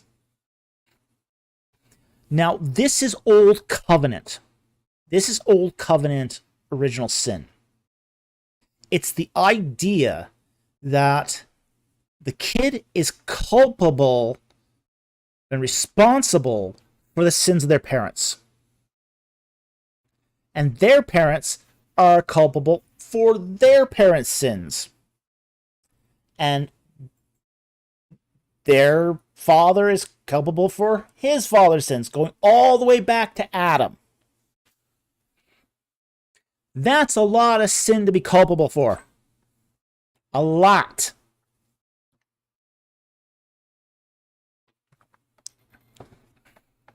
So that's the idea of original sin in, say, the Old Testament context. Is that it's a continuously growing burden of debt. Okay? So, when Christ is born, because he's born of a virgin, he's not subject to the debt. He's not responsible for the debt. It's not placed upon him because he didn't inherit it. That's the importance of the virgin birth, is that it breaks that chain of accumulated debt. So then when Christ goes on the cross, he is then voluntarily taking on all that debt onto himself. So that's why he's different. You know, he's still fully human, he's still fully God, fully man, but there is a difference in the circumstances of his birth that prevents him from being responsible and culpable for all that sin. And this is why that even when a child is born, or had been born prior to the new covenant, that infant, even though they had never sinned, was still responsible for everything their parents did. Kind of sucked. But that's the old covenant for you. That's why this is the good news. You know, again, Jeremiah 31 says, you know, there's a new covenant and it's great news. You're no longer responsible for your parents' sin. You're responsible for your own. I'm still not seeing the great news here. The great news is that Jesus Christ took care of that too. So, that's sort of what's going on here. Is Christ was sinless because not only did he not commit sin, but he was also sinless too because he didn't have that debt of his parents. So anyway, thank you very much for the super chat. Very, very much appreciate it, and I hope that helped.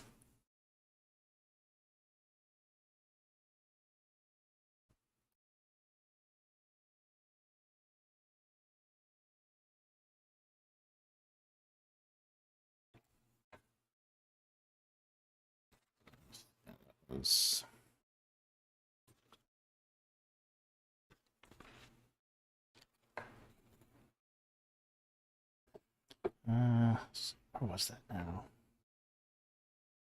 Okay, and we're coming up on it here.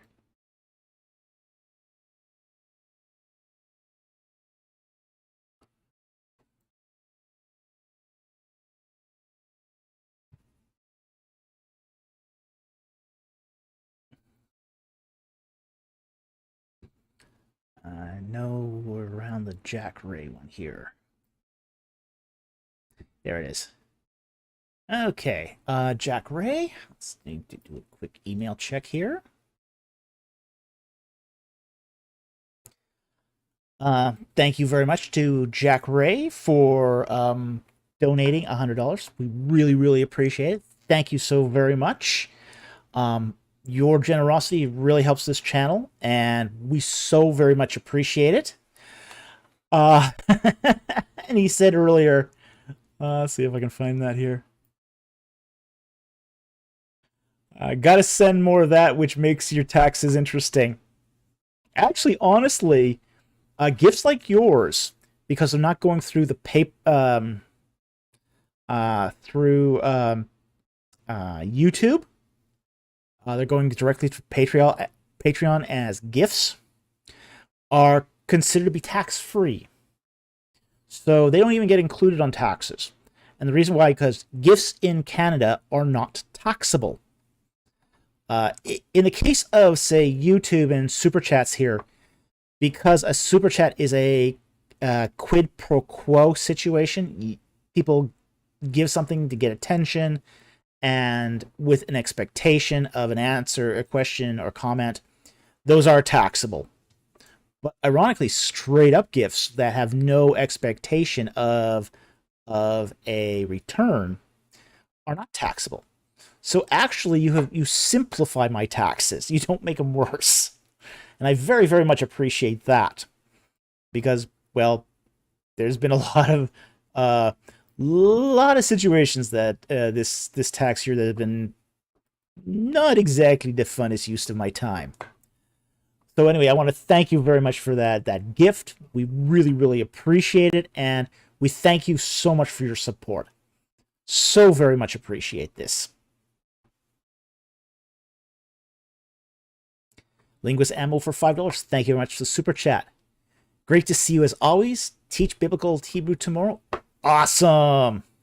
Excited and nervous. Excellent. You'll do fine. You'll do fine. Just as long as you've prepared your class notes decently, you'll be fine. Teaching a language almost teaches itself. I say that even though I've had some rotten language teachers, but it's a lot more difficult to go wrong on, say, teaching languages than it is to, say, teach, especially at the university level. Now, if you're doing this to for, say, spoken languages, yeah, it's a lot easier to go wrong with, say, teaching a living language than it is teaching a dead language. So, like, for example, in a dead language, there's usually no expectation of actually being able to communicate in that language. So, you don't have to engage oral skills, you don't have to engage speaking skills. Really what matters is how the student is reading it. Is the student reading it correctly? If you can narrow it down to that, it's a lot easier to do it. Now, the flip side of this is, if you don't teach the oral and the spoken skills, and you don't teach it like a living language, student retention tends to be a lot lower. So, there's pluses and minuses to both ways of teaching language. So, but you'll do fine. You'll do fine. Hebrew is fortunately not a hard language to teach. It's a good rewarding language to teach too. I like teaching Hebrew. I like teaching Hebrew a lot. So again, it's a great language. It's fairly easy to teach. It's not like you're teaching Akkadian. Yeah, that would not be so fun. That would not be so fun. But Hebrew's pretty fun to teach. So anyway, best of luck. Thank you very much for the super chat. Very much appreciate it, and you'll do just fine.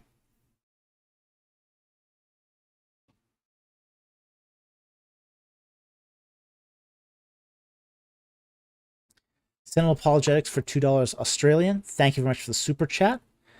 Please pray for my family too, going through COVID. Oh, that sucks.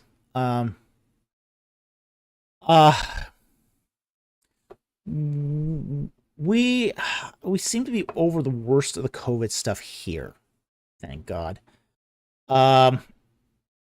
It wasn't so bad as far as I was concerned. I know many people died from this, and it's not to take away from the gravity of that. But in all honesty, I found it was not as bad as the flu, and not as bad as the vaccines. So I don't want to get shut down by YouTube, so I won't say too much more about COVID, but yeah, we'll keep you in our prayers, and we'll pray for your family as well. Definitely, but just, make sure that if anyone gets seriously sick, to get hospital attention as soon as possible. So anyway, I want to thank you very much for that super chat. I'm sorry to hear you're going through COVID, and we will pray for you as well. So thank you very much for the super chat. Really appreciate it.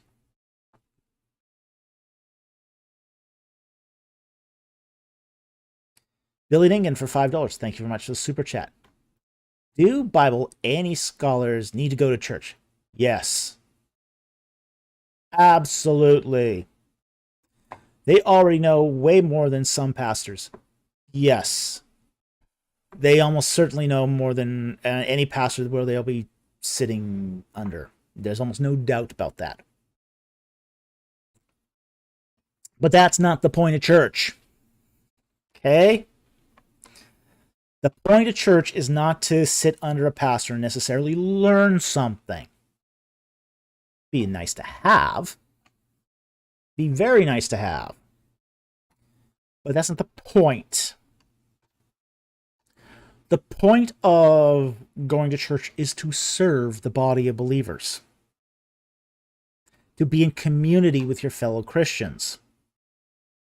To sit under the reading and the teaching of the Word of God.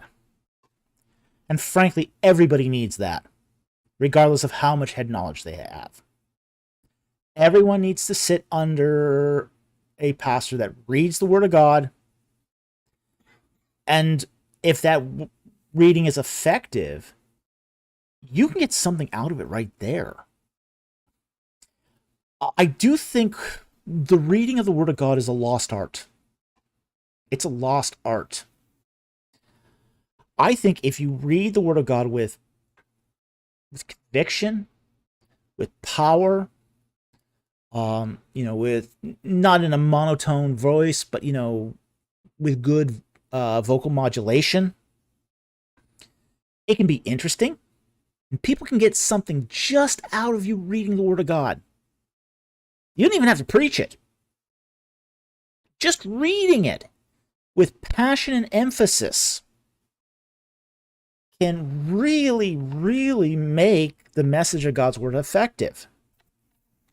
So I think it is a lost art, and I think it needs is an art that needs to return to the church.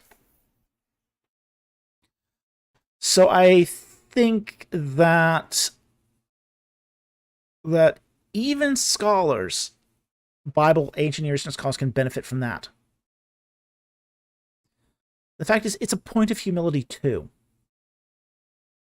If we ever think at some point that we're too good to not sit under the Word of God, then sin's on our doorstep.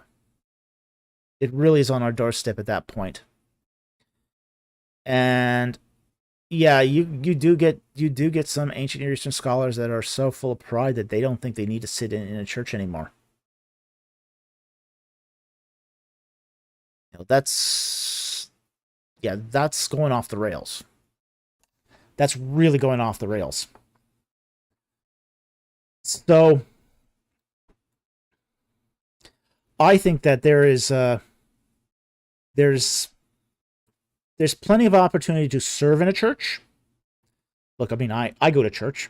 I mean, everyone who comes onto my Discord server knows Sunday morning, they see me, I'm in church today. It's also a good thing for ancient Near Eastern scholars to show people that church is still, you still need church. And you, I mean me. Muggins here. I still need church. I need fellowship with fellow believers.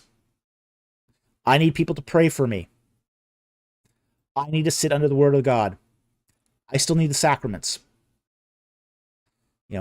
Because frankly, Christ commanded that do this in remembrance of me until I return. That's not an option. That's not an option. You're supposed to serve the community of Christ with your spiritual gifts. To some preaching, to some teaching, to some wisdom, to some discernment, to some tongues, to some the interpretation of tongues, to some hospitality. I don't know what your spiritual gifts are, but everyone has them. At least they should if they're a spirit-filled believer in Jesus Christ. But if you think you don't need to go to church anymore, your spiritual gifts might as well be worthless because they're not serving the body of Christ. And that's why they were given, was to serve. So, do Bible ancient Near Eastern scholars need a church, go to church? Yes. Even more so. Even more so. And it's not about their head knowledge.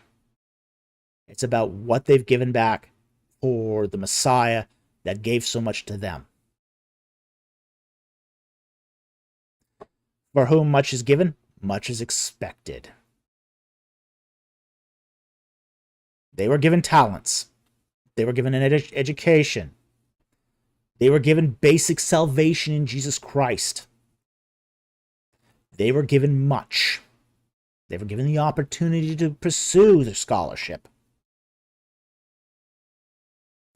They need to give some stuff back now.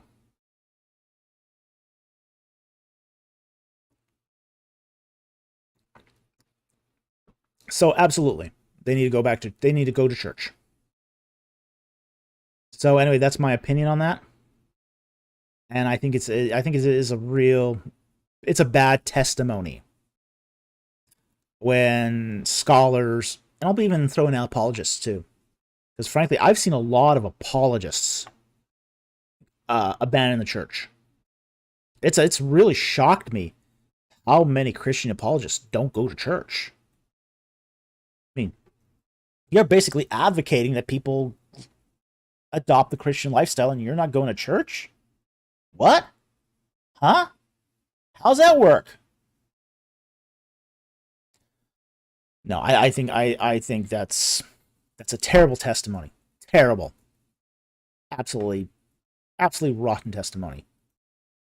Now, if you are advocating for the Christian faith, then you better go to church, because that's part of the Christian faith.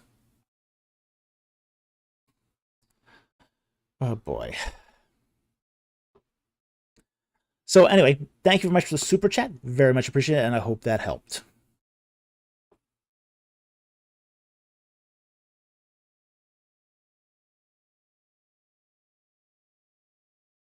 Okay, the next super chat here is from TTech98 for $2. Thank you very much for the super chat. What was the purpose of the Great Pyramid? It was a tomb. Yep, it was a tomb for the king. Now, the purpose of the Great Pyramid was not dissimilar from all the other pyramids. We have to understand that the Great Pyramid was not the first pyramid. It was about 300 years into the whole pyramid making tradition.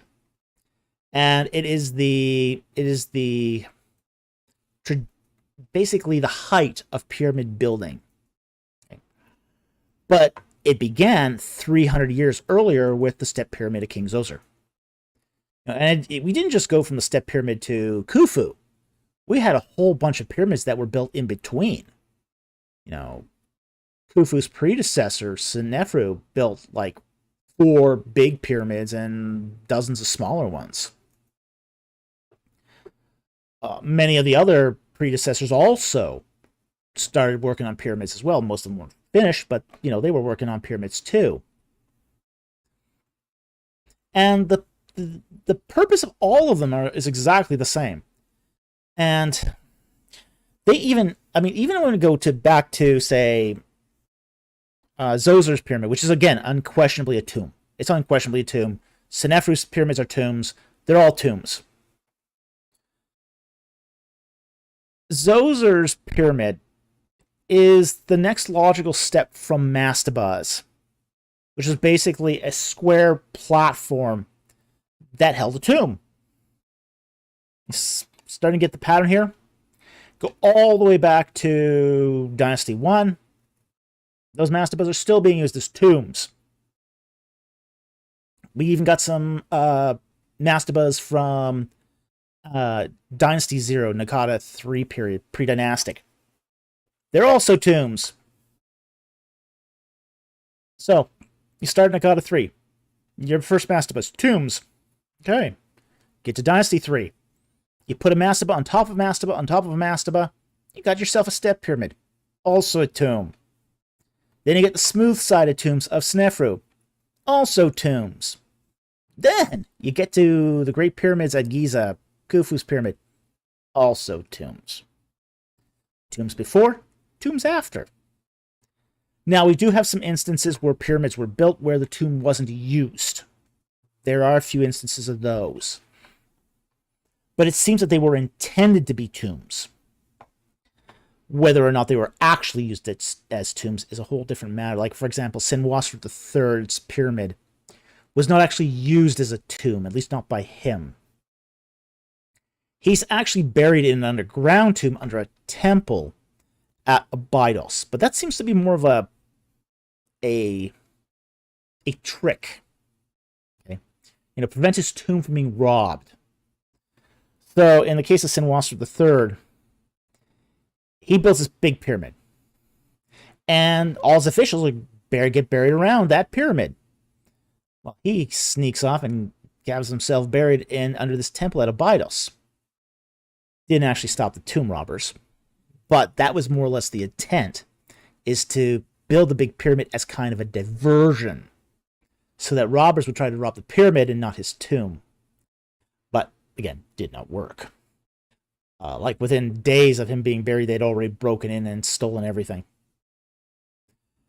So, anyway, that's the purpose. And besides that, though, there was actually a religious purpose on top of that pyramid served. And it was served as kind of a resurrection machine.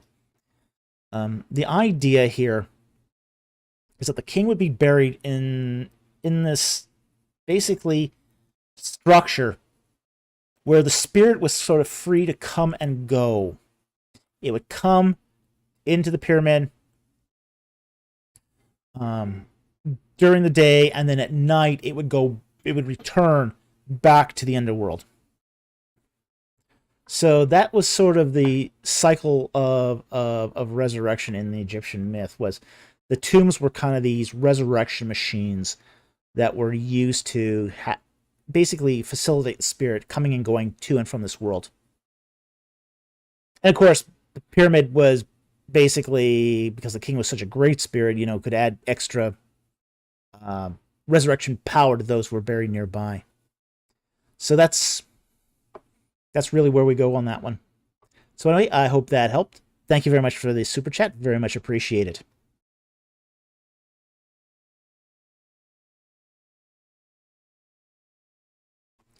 Okay, JP for $2. Thank you very much for the super chat. Thoughts on Dennis Prager's Bible commentaries? No.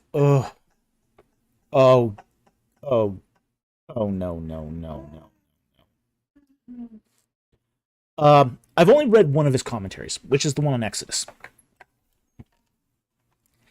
And it was one of the worst commentaries I've ever read. It was terrible. Terrible. It's just awful. I said earlier that the big dirty secret of Bible commentaries is that everyone's quoting everyone else's commentary. Okay. The big problem with Dennis Prager's Bible commentary is he doesn't quote anyone at all. It's more or less what he thinks about a passage as he's reading it.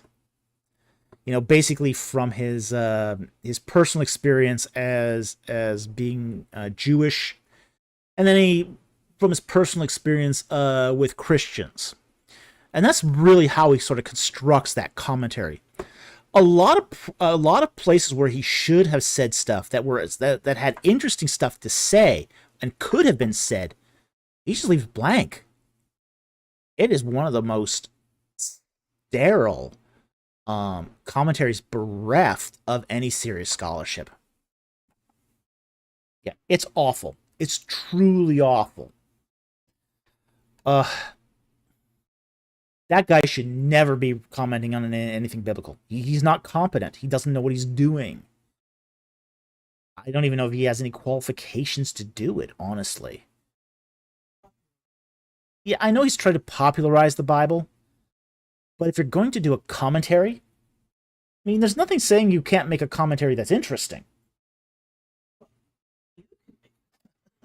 Maybe I can, but of course I think because I can do it, anyone can do it.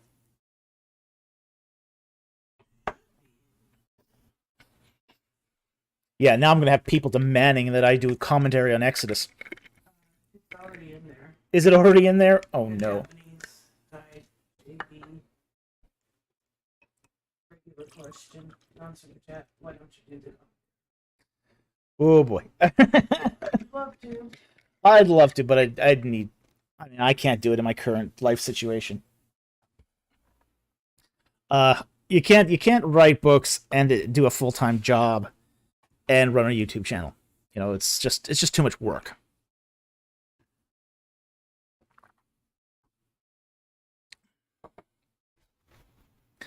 Yeah, so but yeah, I would actually, I mean, I would actually love to do the Nikot commentary for Exodus. I mean, and Mr. BOB puts it right down below there.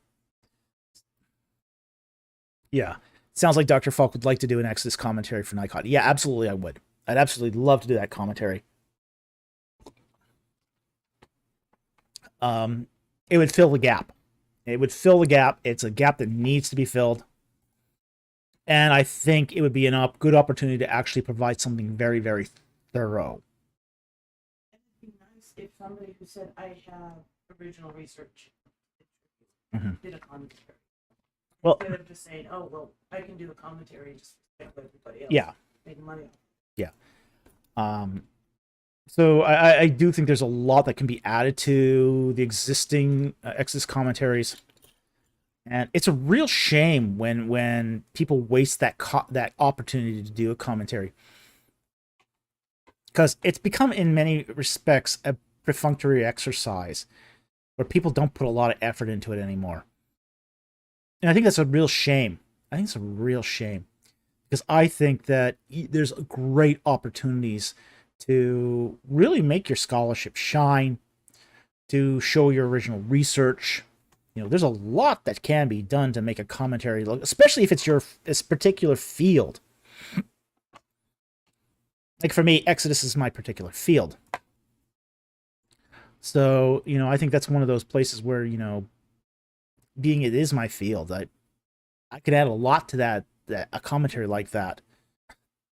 Now, say, for example, if someone asked me to do one on Deuteronomy, I'd probably decline. Because there's a lot of decent commentaries already on Deuteronomy.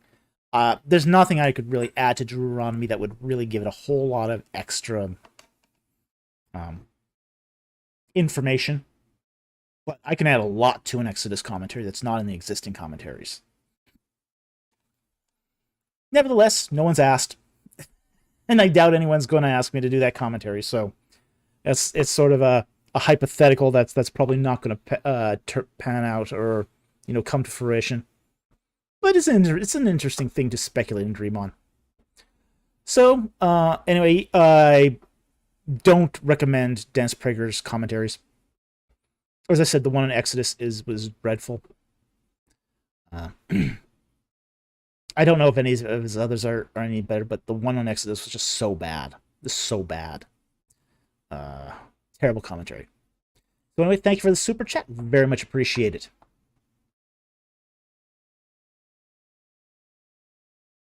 Okay, the next one here. Are we getting to the end? Looks like it. Close to the end. Oh, maybe not.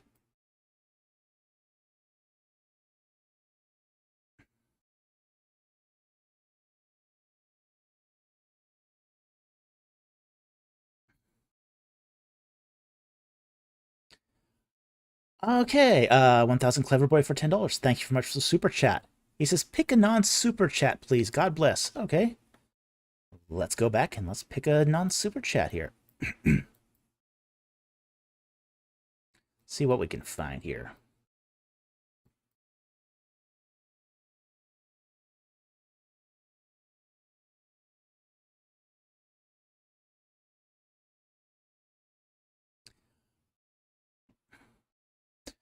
I'm good. This is not the sponsored one, but I'm just gonna point this one out here. JPS, why not make that Exodus commentary with a focus on the Egyptian context? If you want something right, then do it yourself. It's finding the publisher that's the issue. You can do one-off commentaries. They have been done. People have done them.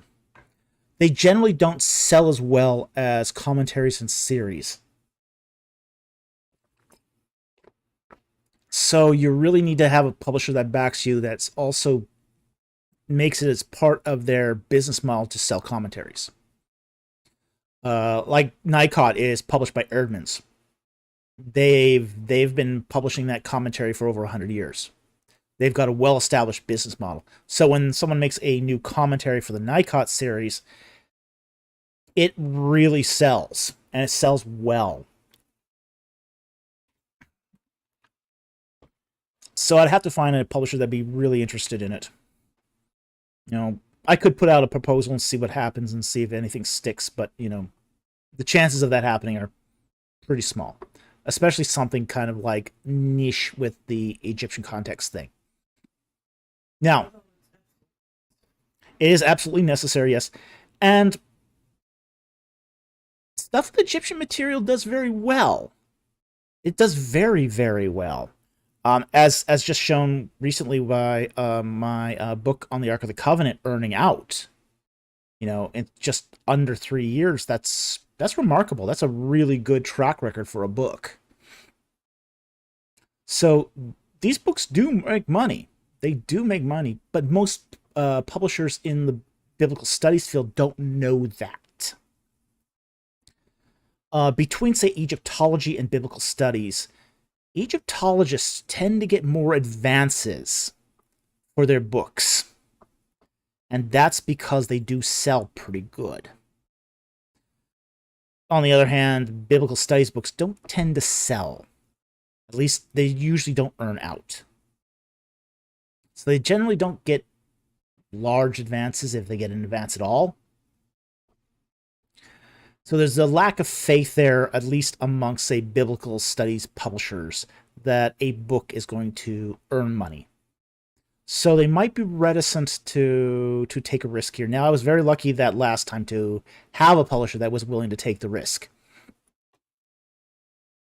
So with that said, I wouldn't mind doing it, but finding a publisher that'd be willing to take that gamble, that's the tough part. So anyway, thank you for that question. It's not the sponsored one, but we'll go and get a sponsored one in here.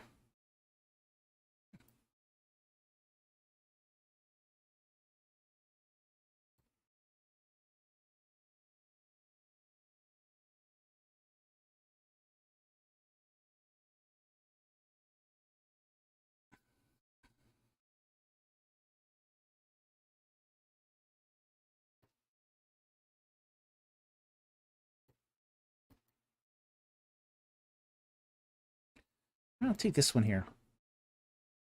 From Matthew D. Rice. Okay. He asks, I've heard several scholars and archaeologists make a big to-do about the lack of evidence of conflicts in Transjordan a la Numbers. I'd love to hear your take. Okay. A lot of this comes down to the whole idea, well, was there a conquest?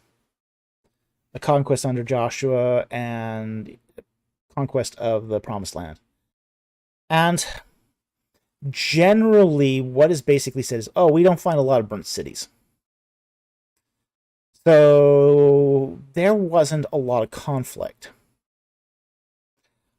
I think that's an inherent misunderstanding about what the conquest actually was. So the fact is that the whole purpose of the Israelite conquest was not to vandalize, sack, burn, destroy these cities. Okay, that wasn't the point.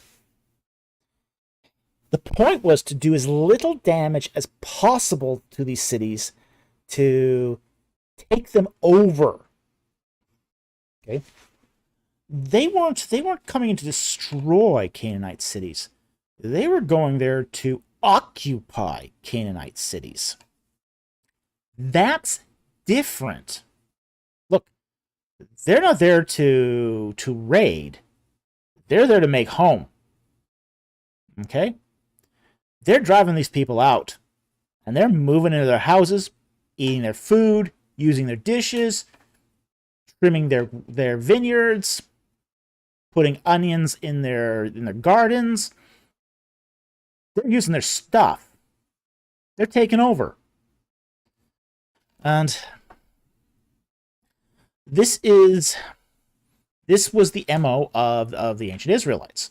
It wasn't to destroy. It only destroyed a city when it posed a too big of a threat to the ongoing safety of it, and it did that only rarely. It did that to, say, Hatzor, Jericho, and Ai, and maybe Bethel. That was it. All the other cities, they're taking them over. They're moving in. So, of course, we would not expect a lot of destruction. We would expect occupation. And that's what we actually see in the record. Is around the mid 12th century, we start seeing faunal remains change. Now, they could have happened earlier than this, like plus or minus 50 years is what we consider the margin of error here. So conceivably as early as, say 1200, as late as maybe 1100, we start seeing that cities in the Transjordan start to be occupied by Israelites. We start seeing faunal remains change. So we go from non-kosher to kosher diets. Pigs disappear off the scene. People are no longer eating their donkeys. No one's eating wild cat anymore. Ugh. Well, lions. Yeah, there are people eating lions in Canaan. Come on, I mean, ugh, icky. That's nasty. We start seeing the rise of Israelite burnished ware. The Semitic four-room house starts to be built. So there's a lot of things here that have really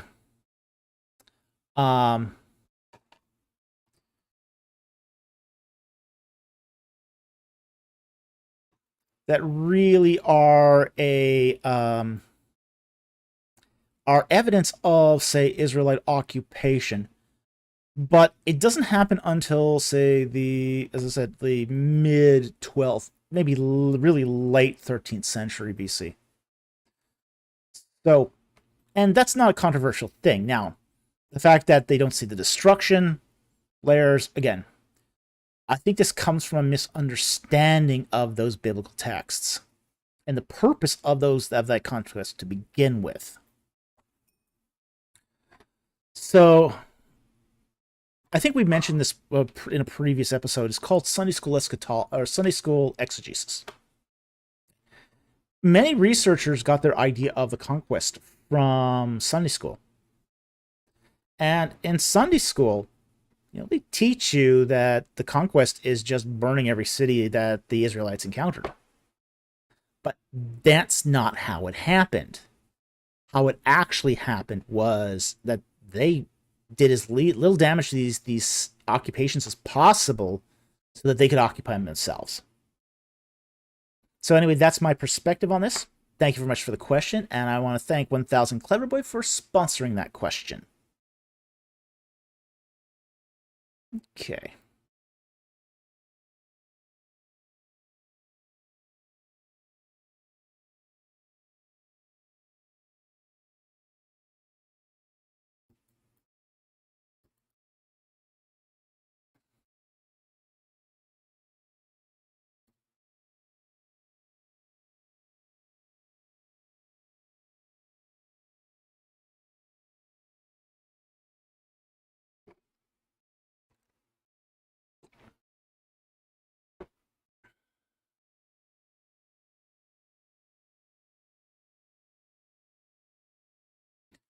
Historical strategy gaming. What are the tax rates in Canada? On average, about 54%.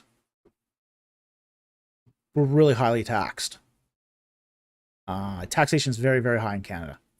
Now, if you're on the very low end of the income, like I am, it's a lot lower. Okay, but the average Canadian pays about 54% of their income in taxes, and that's all sorts of different taxes, such as sales tax, goods and services tax, income tax.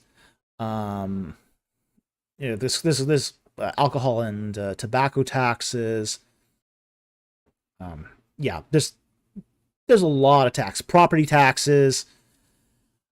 I don't think the Canadian government has found incredibly creative ways to tax, very very creative ways to tax. So, awful, awful. Yeah, and you can certainly question how well that money's being spent. That's not an unreasonable thing to ask. So anyway, thank you for the question, even though it was not directed at me.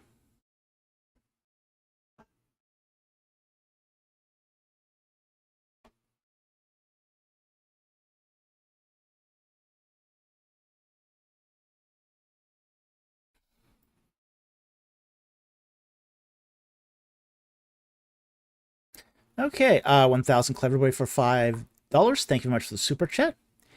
Is there a role for AI in biblical research? Yes, surprisingly, there is a role for AI in biblical research. There are, for example, fields in biblical research that use a lot of data, and I mean a lot of data. GIS systems rely heavily on AI, especially when you're correlating various data points in a site. I use computers in chronology, and you can argue that that's a form of AI. Especially when it comes down to probabilities and means, that's something that AIs tend to deal with very well. So yeah, there's even been some use of AI in linguistic research, trying to crack certain languages and that sort of thing. And there was I saw a paper a few years ago where somebody was doing trying to decipher linear A using an AI, and that was very very interesting research. So absolutely, there's a place for AI in biblical research, but it tends to be associated with big data situations. That's where it does its best work. You narrowly tailor the question, and so you narrowly tailor the research question, but the research question is dependent on a large pool of data. Under those situations, AI shines. Absolutely, it does really great. In fact, it's an invaluable tool under those situations. Now, where it doesn't do so well is when it calls for making conclusions on literary matters, aesthetic matters, opinions. These are things where AI really does poorly because it doesn't understand the concepts. Like, for example, if you showed an AI a statue, let's say a Middle Kingdom statue of let's say Senwosser I, okay, and you ask this AI, is this an artistically good statue? Now, an AI might take several approaches to try to figure that problem out. It'll go on the web and gather some opinions, from human beings. Well, does it understand those opinions? Does it understand the quality of those opinions? It's more or less can't evaluate between a good opinion and a bad opinion. Now, maybe they can overcome that at some point by saying, okay, only consult art experts on this. But then again, that's just deferring the question of the intelligence from the computer to a human being. There's also, well then, okay, maybe there's other factors you can look at, like how far the eyes are apart on the statue. There's some question of the metrics of it. But again, that's really formalistic, and we've seen sometimes when those, quote, beautiful characteristics are applied, and it doesn't look very beautiful to the human eye. So there is a level of appreciation that an AI cannot quite understand.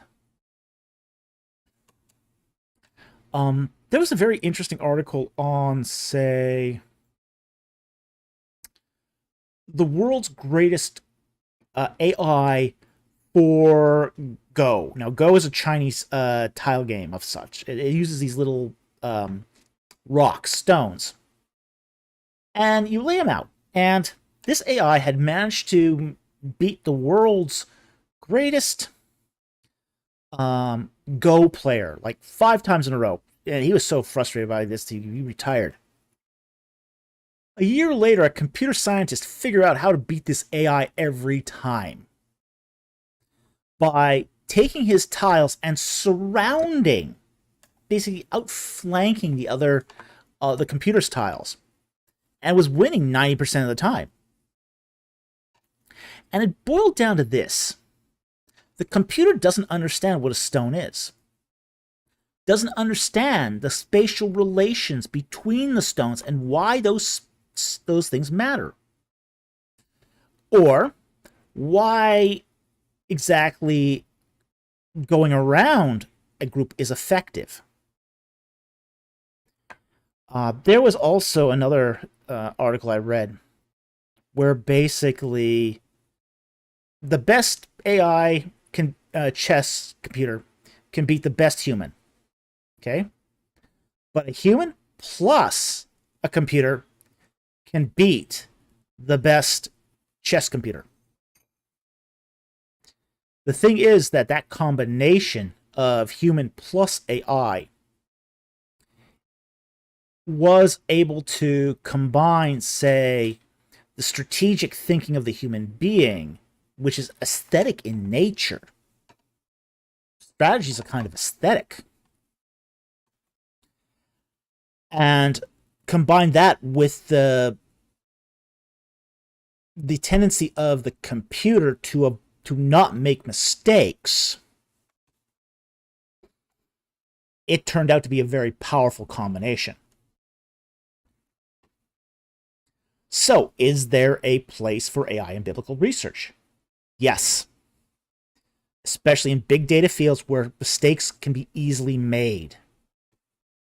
So you're taking the creative, aesthetic, strategic thinking of the researcher, the human being, and you are combining that with the error-checking capability of the AI, and yeah, absolutely has a place in biblical research. So anyway, thank you very much for the super chat. I hope that answered your question.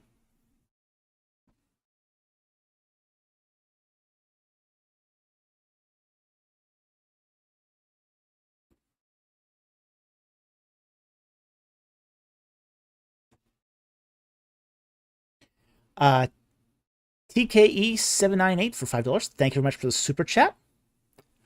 Are you pre-mill, post-mill, A-mill, Y?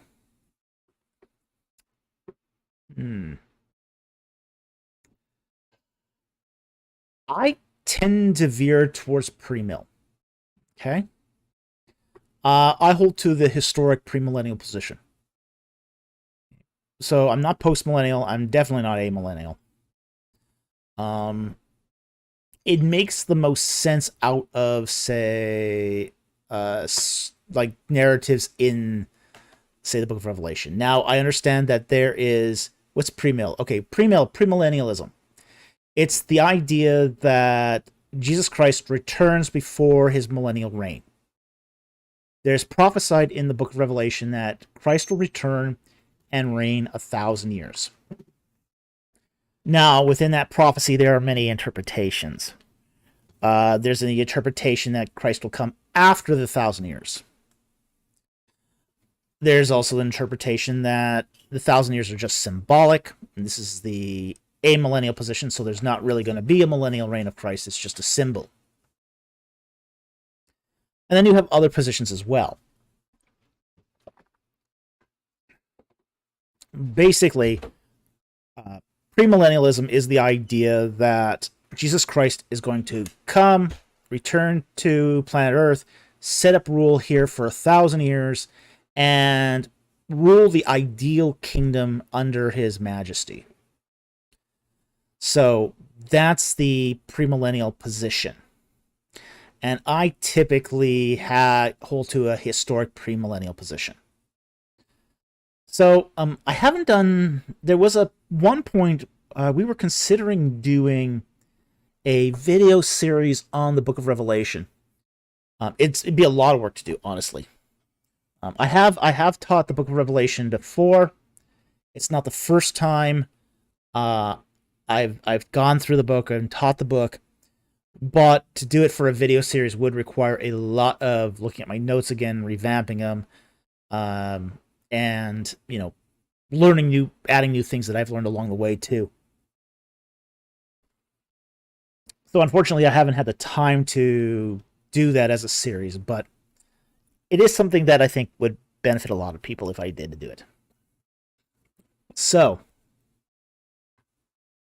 Jack Ray, is there an I don't care position like whatever whatever millennial? Yeah, there actually is. People can take an agnostic position towards eschatology. There's nothing to say you have to take it. I mean, look, I take a agnostic position towards concordant views of creation. People will sometimes ask me, are you a young earth creationist, an old earth creationist, a theistic evolutionist, a Darwinian evolutionist? And I say, I'm staying out of that game. I don't think the evidence isn't enough for me to really sort of pick a side. Now, in this particular case, when we're talking about eschatology, we are basically dealing with the prophecy that we have and an interpretation of it. And, I can come down to an opinion on that, and I don't feel, that if I'm wrong on this, yeah, so what? It doesn't really matter one way or the other. So,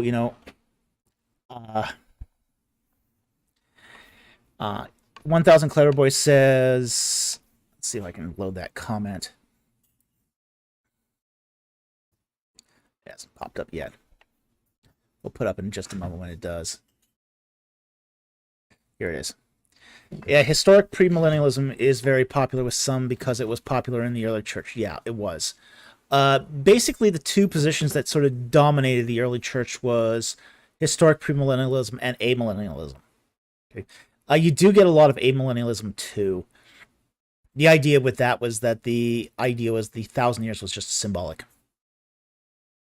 So both those positions are prevalent in the early church. You don't get dispensational premillennialism though until the 19th century. So what often passes for premillennialism today is not the same as the historical version of it. So it is probably important to note that the two are very different and have different criteria.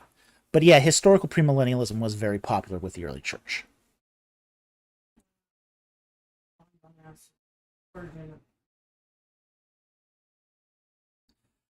Was Oregon a premillennialist? I have no idea. I used to keep track of that stuff, but I've lost my notes on that. I don't remember if he was or not. I know Irenaeus was a premillennialist, and I think Apologetics was as well. So there are definitely several church fathers that were. There's no question about it. Okay, let's get back to those super chats.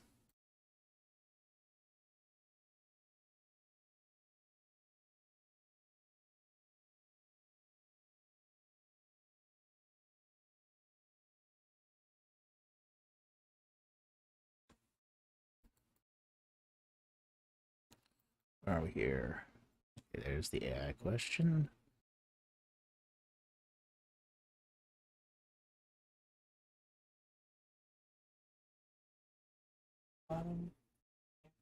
on one question.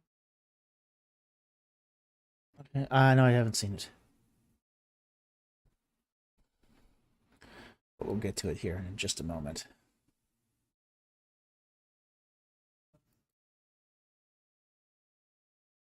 Okay, so it's just before the John MacArthur one or after? Okay.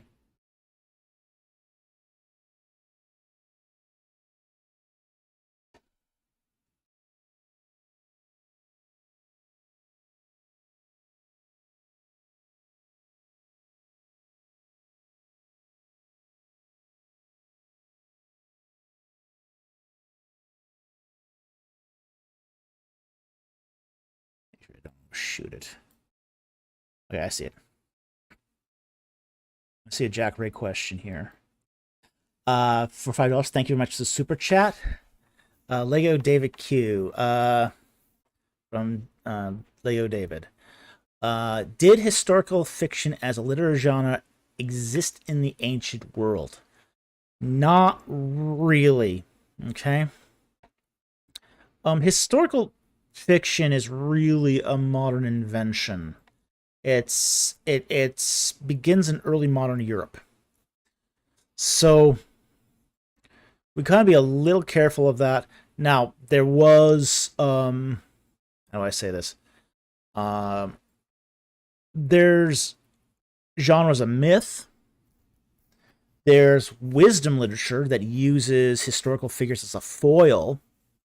But those aren't really fiction, because they're meant to be pedagogic. Yeah. They're teaching. Pedagogic. They're meant to be teaching.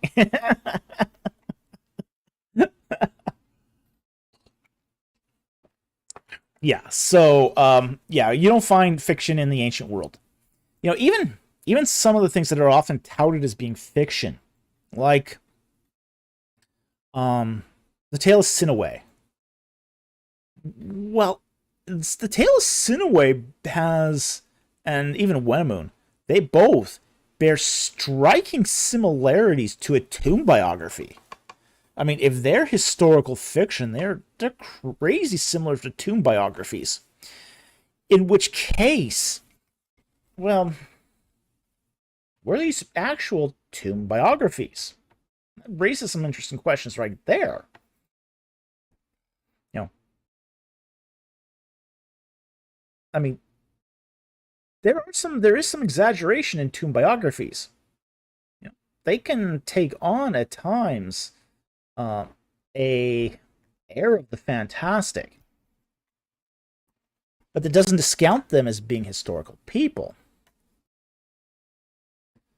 So I would think that I'd be very, very careful to try to superimpose a modern genre on top of, say, an ancient text. Like, you know, you might find a rhythm in, say, a poetic section of an ancient text, but you wouldn't want to say that iambic pentameter was, and the sonnet was essentially part of the ancient world. Now it's just had some really good evidence. I think the ascribing of historical fiction is also one of those things that's an anachronism. It's an anachronism. It's a modern invention. So I don't think this is a part of the ancient world. But with that said, however, we do find that they had their own stories. They were stories of myth. There were stories of say, religious texts and biographies. But they didn't rise to, say, the level of fiction. I mean, even something like Job.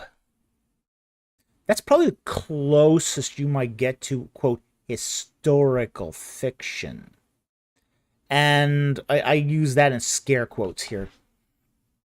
Because in the case of Job, it's probing into the problem of why bad things are happening to somebody who was basically good. the problem of evil, essentially. It's essentially probing into the problem of evil. So it's not trying to give you a fictional account. It's trying to show you the truth of what the world is really like, using a poetic structure to do it. And because it is being used here as a teaching tool, you know, it's not fiction per se. Yeah, it might tell a story, but not all stories are fiction. So there might be a real person behind the book of Job, and I think there is. So I doubt that even that would count as a form of historical fiction. So anyway, that's where I stand on this. I want to thank Jack Ray for sponsoring that question. Thank you very much for the question, and from Lego David for asking it.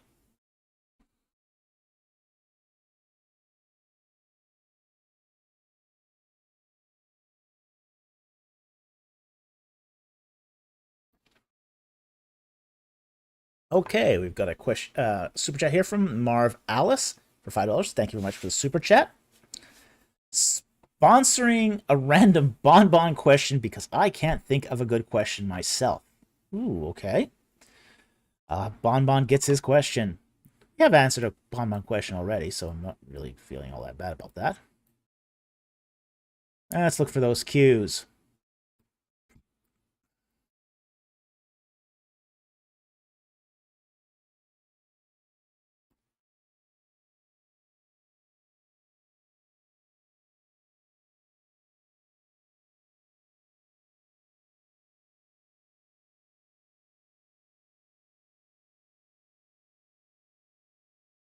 Okay.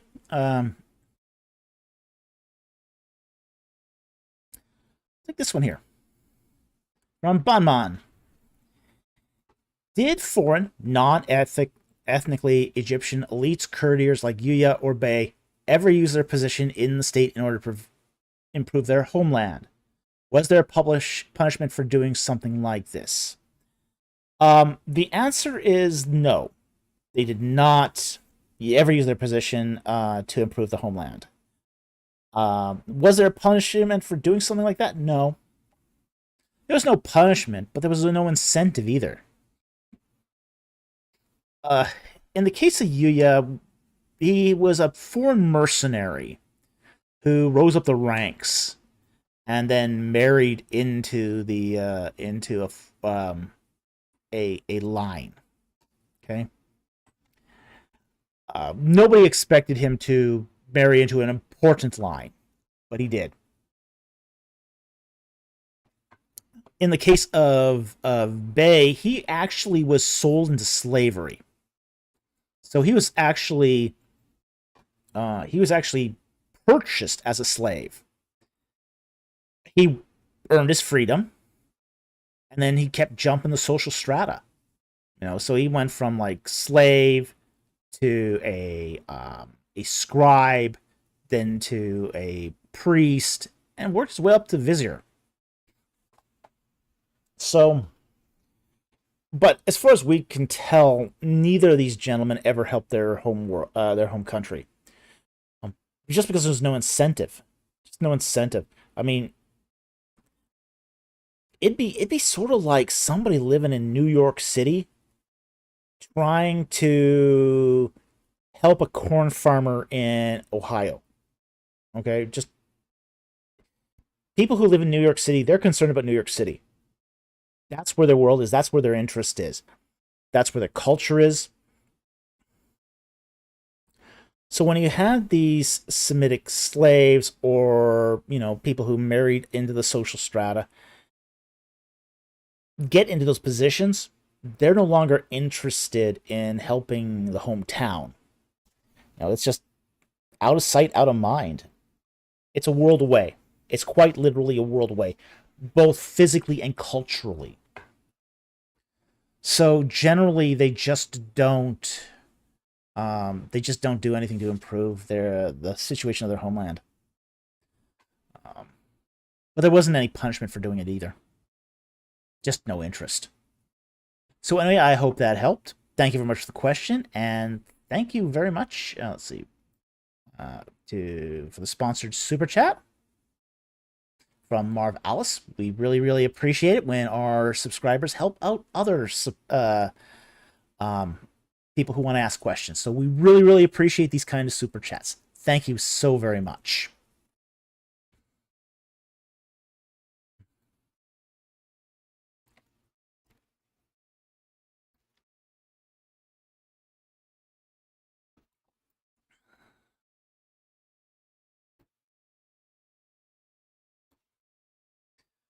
TKE78 for $2. Thank you very much for the super chat. Thoughts on John MacArthur's commentary? Oh boy. All right. I'm going to get into trouble for this one. I'm not a huge fan of MacArthur.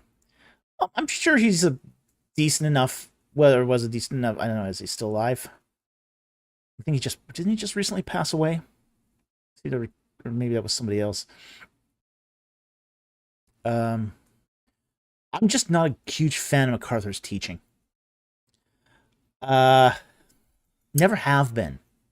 I never got into MacArthur. My parents at one point were into MacArthur, but I never could get into his teaching. I'm sure he's a fine enough pastor. His seminary is awful. He co-founded Master Seminary. Yeah, his seminary is awful. I would not want to go to that seminary, and I would not accept a pastor that came from that seminary.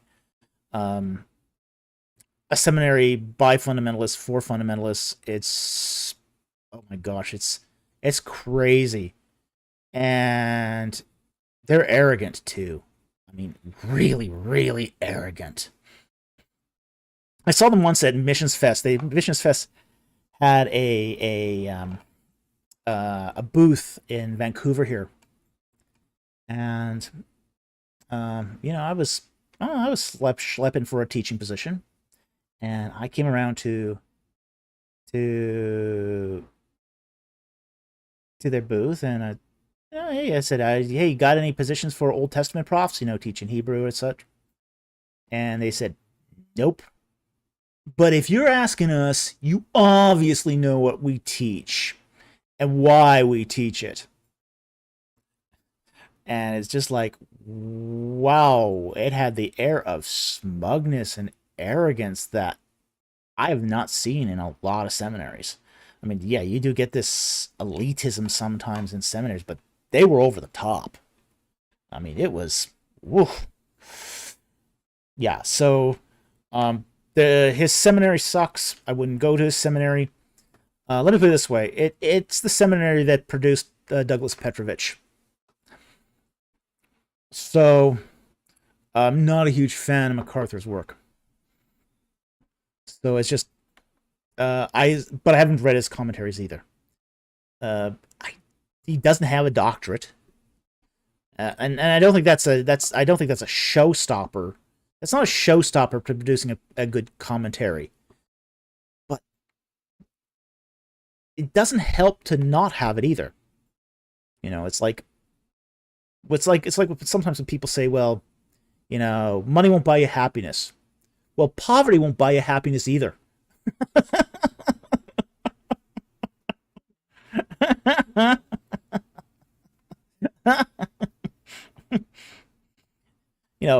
Having a PhD won't necessarily make you a good commentary writer, but not having a PhD will also not necessarily make you a good commentary writer. So, yeah, take that for what you will. So I haven't read his commentaries. Not impressed by some of his theological thinking. Not been terribly impressed by some of his other books. I just can't imagine this guy making a good commentary. It would be much better to read commentaries from subject matter experts, essentially people who have devoted their lives to the study of a single book.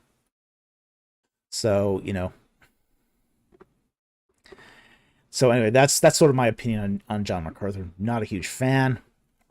Now I've earned all his fans as enemies, and thank you very much for that. I really appreciate that. Although I'm sure they're in no way as zealous as the Ron Wyatt fans. Boy, oh boy, didn't see that one coming. All right. Thank you for the super chat. Very much appreciate it.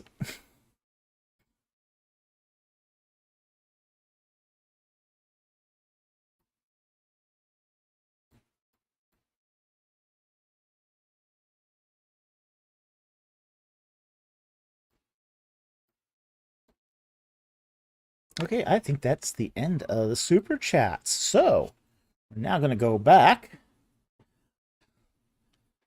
Oh yeah, Danny Dement. They are still at it.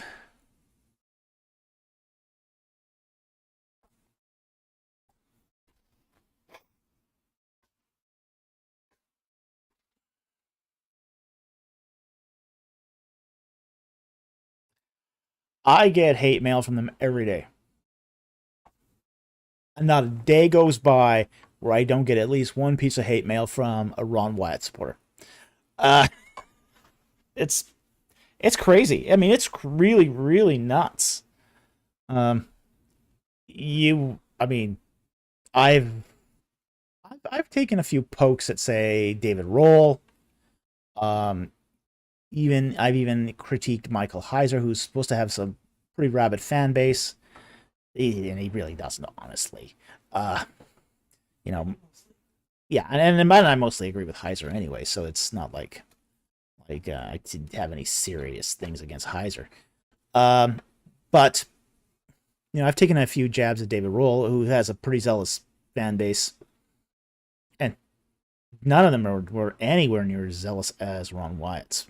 I mean, Ron Wyatt's fans are really fanatical. They're zealous.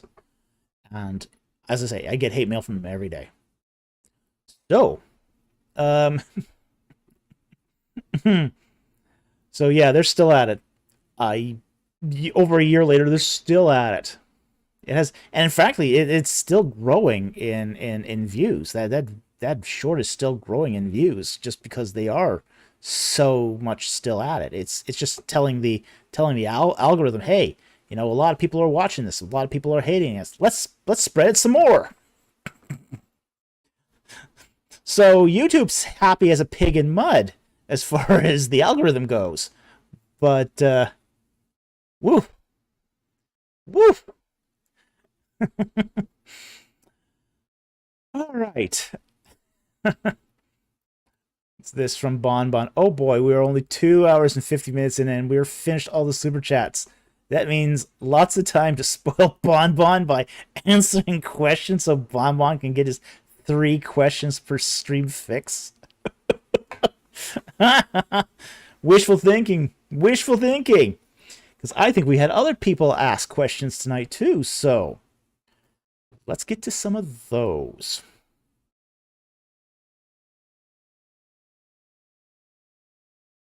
I'm going to go right to the top of the stream because I saw some at the top.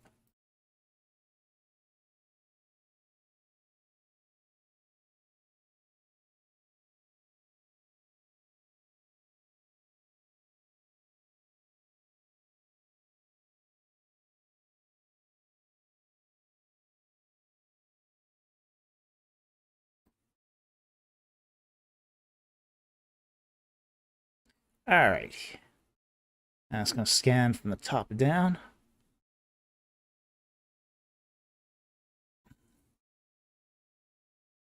All right, I see a new super chat come in, which I'm going to answer in a moment. We'll take one non-super chat and then get to that.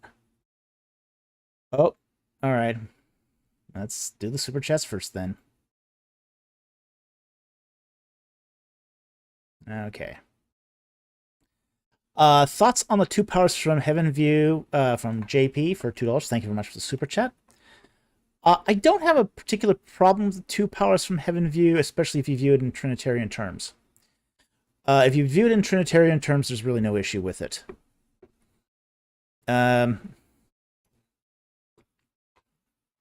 So I think it's a perfectly acceptable view, again, if you believe in a Trinity.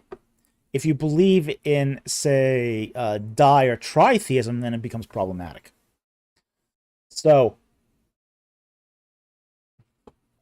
again, no issues. I have no issues with the two powers view, as long as it's done in a sort of a Trinitarian perspective.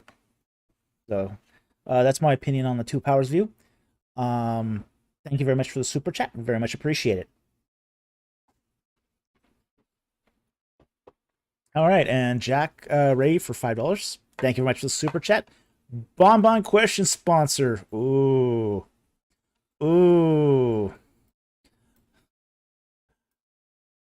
Bonbon wins again. Well, Bonbon does ask some good questions. I will grant that. Okay, he does ask some good questions. So no one's really suffering from this. But there's also other people, too, who are also answering questions. So we do want to show some fairness to others as well. So, let me go back to where I was starting here. Try that again.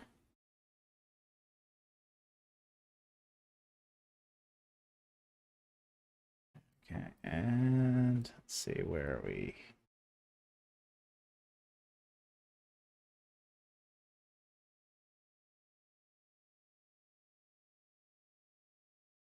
All right, let's see. Let's look for an appropriate bonbon question. All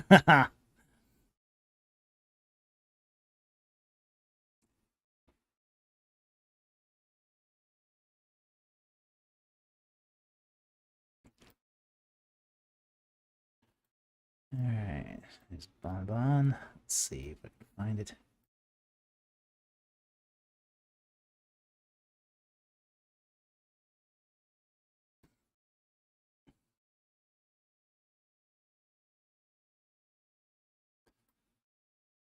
Okay.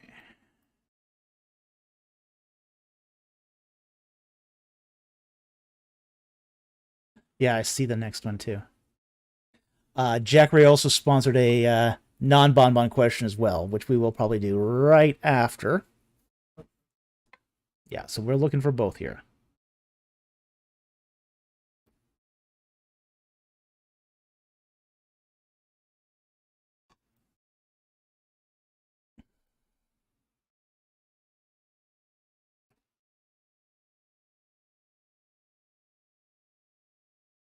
Okay, I'll do the non-bonbon question first because I ran across a good one here. Which is from Pablo Marquez, and he asks, "Is the custom to be barefoot before a deity Egyptian? What is the meaning of the tzitzit?" Okay, the tzitzit is a form of head covering. Okay, and we'll answer that. That comes out of. This is actually sort of one of the strange side effects of Jewish custom after the destruction of the temple in 70 AD. At the time of the destruction of this temple, women used to cover their head with a prayer cloth. Okay? And the idea was that the hair of the woman is the glory of the woman. So it was thought that for a woman to be more holy, she had to cover her head with a prayer shawl. Okay? After the destruction of the temple in 70 AD, there was a lot of navel gazing by Jewish men. And it was some of them said, well, maybe we got judgment because we were not treating God as holy. So as a sign of holiness, they started to adopt the prayer shawl, and that eventually morphed into the tzitzit that covered the head at all times to show holiness before God by covering man's glory. So it was a symbol that was adapted from the prayer shawl and worn by Jewish men. Now they didn't abandon the prayer shawl. Men also used the prayer shawl as well, but they had a tzitzit as well. So that's the origin of the tzitzit. And for those who don't know what a tzitzit is, it's a small piece of cloth that's worn on the top of the back of the head like that, again to cover the top of the head. So that's sort of the origin there. Now, the previous question, is it custom to be barefoot before a deity? Egyptian? No. But what they would do is they would wear papyrus sandals. So Egyptians, after they ritually bathed, would not wear animal products. Now, the only exception of this was the Sem priests, who would sometimes wear leopard skins as a sign of badge of office. No other animal product was allowed to be worn. So an Egyptian priest could not wear leather. He could not wear a leather of any kind. Could not wear furs. Could not wear wool. Wool was out. Everything that an Egyptian priest had to could wear had to be plant-based. As I said, except for the leopard skin of the Sem priest. So after they ritually bathed, they would take their normal leather sandals and put on temporary papyrus sandals instead. And that's what they would wear into the temples. So when they would present their offerings before the gods, they would be wearing those those papyrus sandals. So anyway, thank you very much for that question. Thank you very much for Jack Ray for sponsoring that non-bonbon question. We'll flash that super chat here in a few minutes. But we'll also look for that bonbon question while we're up high here in the listing here.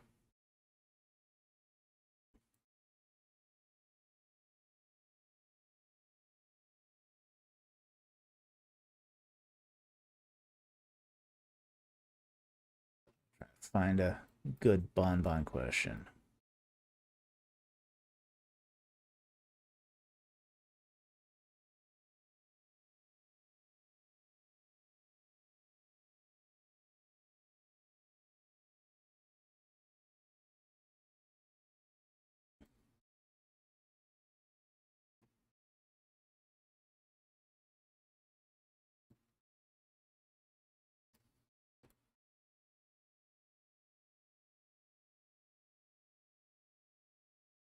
Not seeing a whole lot of cute. Okay, there's a.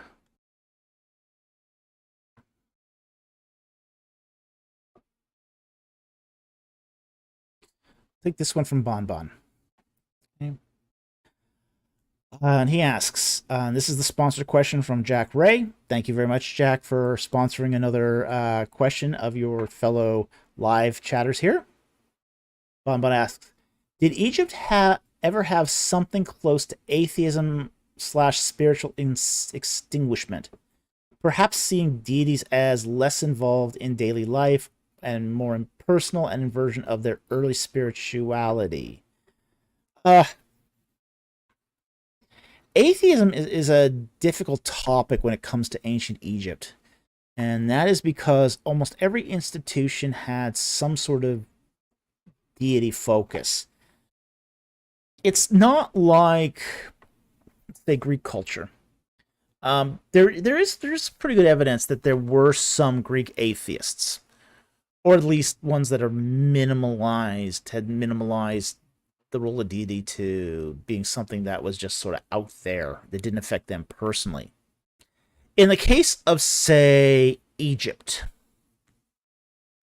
it's different because every institution had deities. Every house had deities. In fact, the Egyptian house is designed in a very peculiar way. You have a set of steps. In fact, you have two sets of steps. You have one step that goes to the door that leads into the home. But you have another set of steps that leads to an altar outside of the doorway.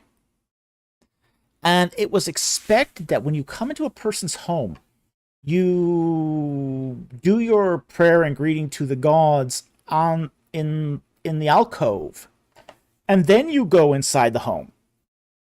Okay? This was a ubiquitous feature of Egyptian homes. So think of it, every home has its own little chapel on the outside. If you went to an administrative building, it would be located in a temple. You know, many temples were not so much religious institutions, they were administrative institutions. We have several small temples that are located many small temples that are located throughout Egypt that had no practical purpose as a religious site. But their purpose was to be like an office for the local administrator. So you basically had, how do I say this? This little tiny chapel with a little tiny shrine at the back. And some of these shrines were pretty small. I mean, really small. Like 2 feet by 2 feet, you know, a floor plan of that. The rest of it was just more or less open courtyard where basically scribes would do the business of government. So there's a lot of institutions in Egypt that require, I mean, there's going to be a god in every office building. You know, there's going to be a god in every temple. There's going to be God in every home. Egyptian culture was awash in this stuff. You couldn't escape it. And we have no records of anyone basically thumbing their nose at it. So, there's very little evidence of any sort of atheism or even closely approaching it. The closest you're going to get to this is Atonism, where, say, Akhenaten denies the existence or at least independent reality of all gods except the Aten. And really, later on, he's going to basically say that all gods are the manifestation of the Aten.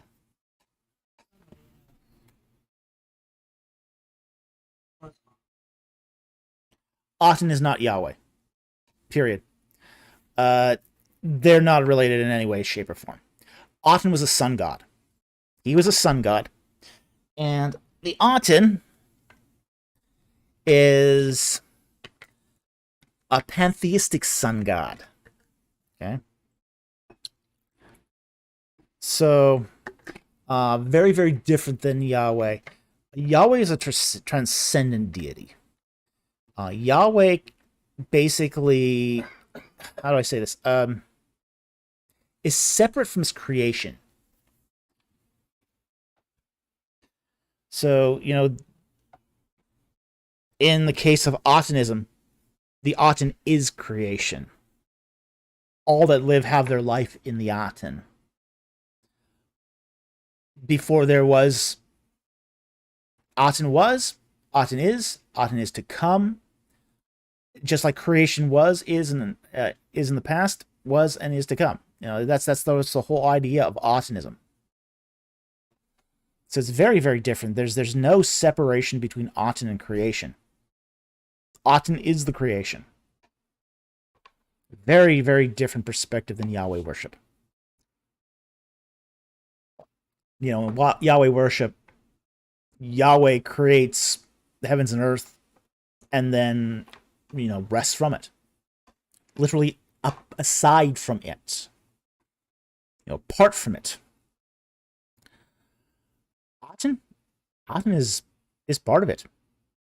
Very different. So anyway, Atonism is probably about as close as you're going to get to atheism, because it's monolatry. It's the worship of one deity. Even though Atonism doesn't deny, say, lesser deities, it does say that those lesser deities are manifestations of the Aten. So that's about as close as you're going to get to that in Egyptian circles. So anyway, thank you very much for the question, and thank you, Jack Ray, for sponsoring that question. Okay, it's 11:15. The super chats have run out. We're going to take a few more non-super chats, and then we are going to call it a night.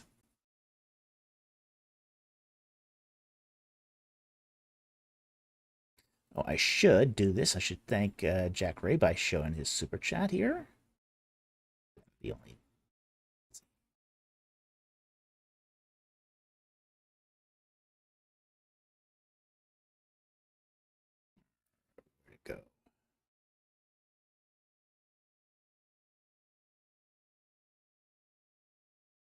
There it is.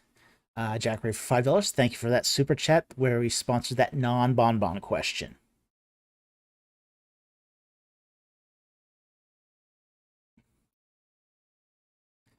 Okay.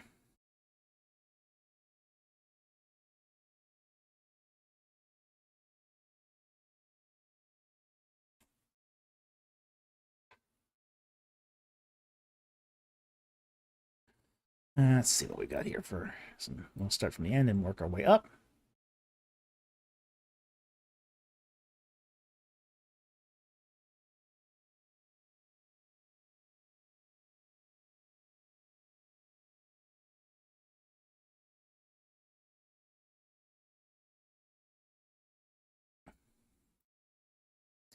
Bubble Homeschool. Dr. Falk, why don't you play that SG for us sometime? Because I don't perform. Sorry. I don't sing and I don't perform music. I do compose. Okay, I'm a composer.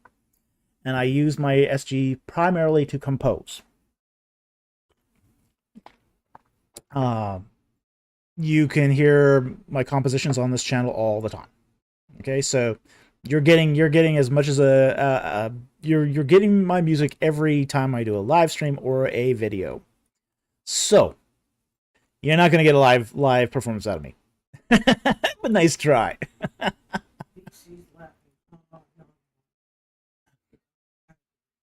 It's kind of category question. Oops. Just slipped by me here. Non-bonbon has become a category of question. Yep. The bonbon question versus the non-bonbon question.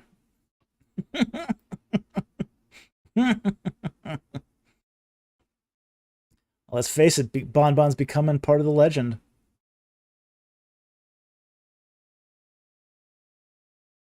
Okay, let's see if get some more non-super chats in here.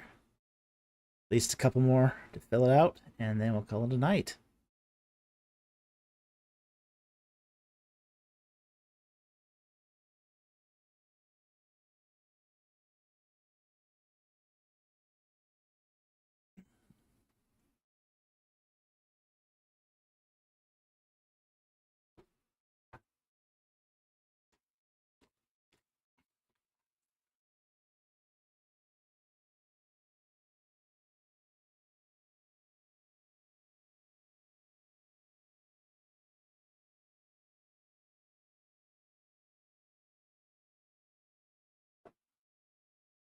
Okay, I'll take this one from Bubble Homeschool. When Ashurbanipal declares, I have read inscriptions from before the flood, what does he mean? Any thoughts on writing before the flood? All right. Here's what he means. He means before Gilgamesh. That's what he means. Okay? We have to understand in Assyrian culture, Mesopotamian culture, the flood happens around the time of Gilgamesh. Okay? Now, there was a real king by the name of Gilgamesh. Okay? And there were kings before Gilgamesh. So basically what Ashurbanipal is doing here is he's correlating the tale of Gilgamesh, which includes a flood narrative, and going back and looking at the real inscriptions by Gilgamesh and other kings of that period. And basically saying, these are kings before the flood. So, knowing that there's a real Gilgamesh, kind of helps us to figure out what exactly he means here. But yeah, there was a real Gilgamesh, a real king by the name of Gilgamesh. We don't know if anything that was actually said in the tale of Gilgamesh happened to the real king of Gilgamesh, but there was a real king of Gilgamesh, or King Gilgamesh, and he did rule, and there were kings that came before him. And those inscriptions had survived, at least at the time of Ashurbanipal. So anyway, that's an interesting question. Thank you very much for the question. Very much appreciated.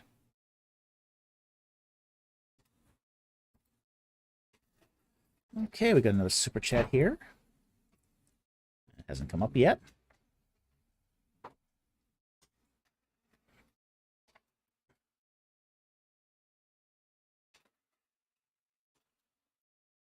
There it is. Okay.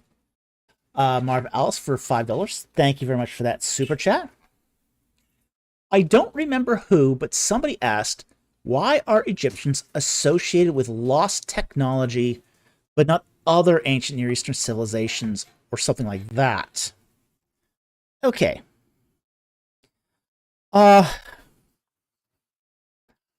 There is a mystique to Egyptian culture that just sort of refuses to go away.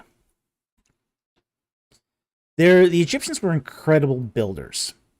They built pyramids, they built temples, they carved statues out of stone. They have a language that few people can actually read.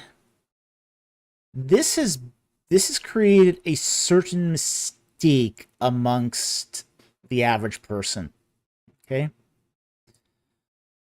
And the average person sees these big, massive buildings made out of stone and goes, I can't imagine how they could have done that. How they could have cut that stone. And the assumption here is that the Egyptians could not have cut those stones using the tools found in the Bronze Age. So what it is a poverty of the imagination.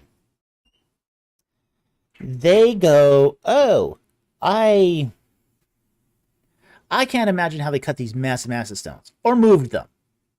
So it must be lost technology. So it's the fallacy of imagination. It's really what that is. It's there's a fallacy of imagination where, well, I can imagine something, therefore it's true. Well, the reverse of that is, I can't imagine something like that, therefore it's false. So, imagination does not actually lead you to the truth. Evidence does. But this is why that Egyptians are often associated with lost technology, the so-called ancient aliens myths. And it's because people do not have they can't imagine people being able to put together, these massive stone monuments out of, stuff that would seem to us today to be terribly primitive.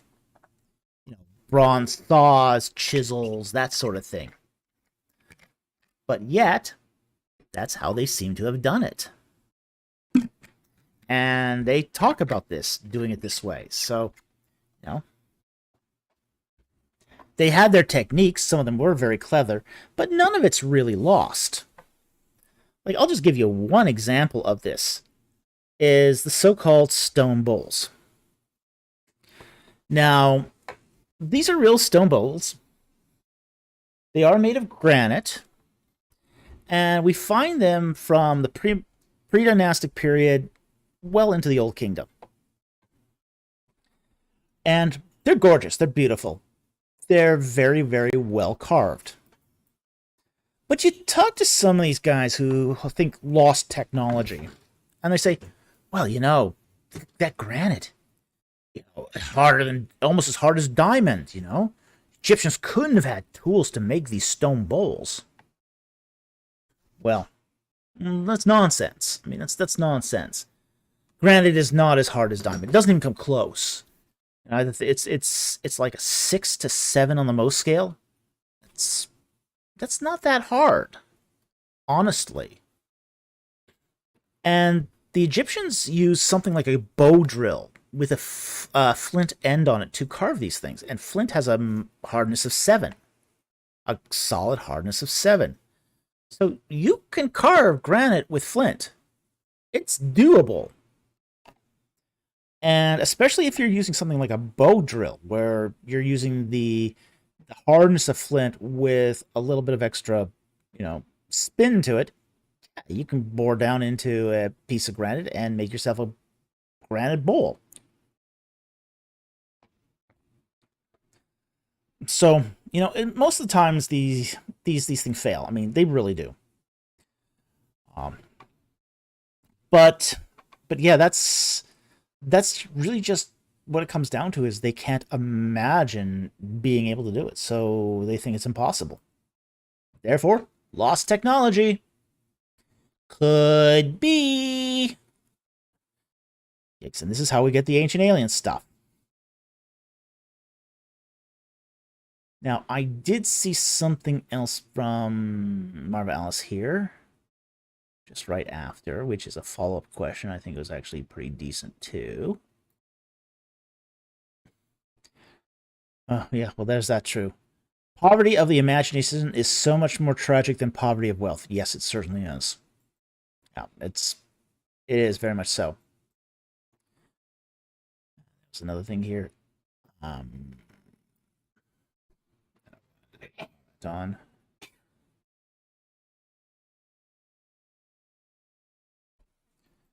I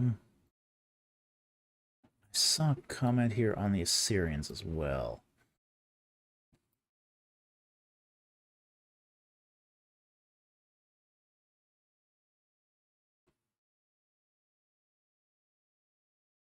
There it is.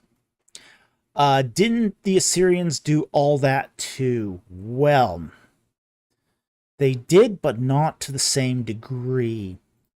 Now, we have to kind of understand when we talk about the Assyrians here, the Assyrians they're building temples, they're building palaces, but none of them are that big. They're not huge. They're not huge. They do have nice reliefs, nice stone carved reliefs. Out of limestone, so it's nothing super hard. But one thing I found very interesting is, you compare the pyramids to, say, the ziggurats. That's sort of the big two comparisons here. You got ziggurats in Mesopotamia, you got pyramids in Egypt. Ziggurats are not that big. The pyramid of Zoser, the third dynasty pyramid, is bigger than any of the ziggurats. You can go inside a pyramid. You can take a look around. There's a tomb inside there. There's nothing inside a ziggurat. It's just a pile of mud brick. And not a particularly big pile of mud brick. You go to the pyramids in Giza, you look up, your neck hurts. Ow, my neck hurts. It's so tall. You don't get that experience from the ziggurats. Your experience with the ziggurats is, okay, I saw a pile of mud brick. I can't even go up there. Is it time for lunch yet? I mean, that's the ziggurat experience. It's so underwhelming. It's really underwhelming, especially if you've been to Egypt. You go to Egypt, you still find temples that are standing, with, columns that are, 30, 40, 50 feet tall. You go to Nineveh, there's very little left. Very little left. It's just an underwhelming experience. So it never ignited the imagination in the same way that, say, Egypt did. And plus, you got all those weird things like Egyptian gods, and paint still on the reliefs. So, they're so well preserved in Egypt because of the dry climate that even though Assyrians did something similar, they just didn't do it on the same scale. So,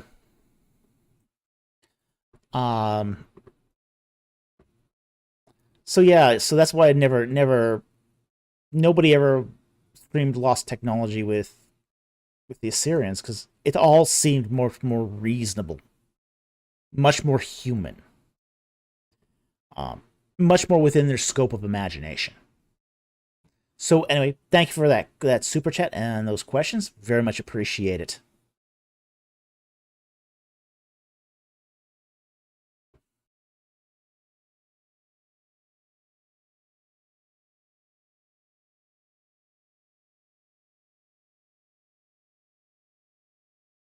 I'll take this one from Jose Correa.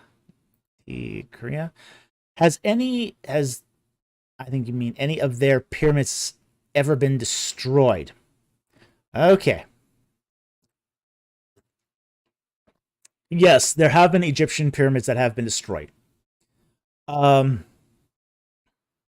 have been vandalized.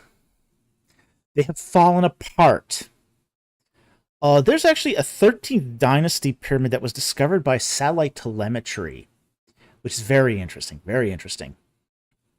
The whole pyramid, the whole top of the pyramid is gone. You know, just completely gone. Worn away. The outer casings were removed and destroyed, and you know, it was basically leveled down to its foundation. So yeah, they're the only way they found it was, as I said, through satellite photography by the work of Sarah Parcak. You know, she discovered that there was a pyramid there, and you wouldn't have known it because it was under sand. So absolutely, pyramids have been destroyed. Excavation is still going on at that destroyed pyramid, but hopefully we'll get some reports someday and find out a bit more. But yeah, it's happened. So anyway, thank you very much for the question. Okay, Mask of Shy. Thank you very much for the super chat. All right, academic lesson for today. Cigarette equals lame. Well, I'm a little biased, but yeah. Cigarette, it does equal lame.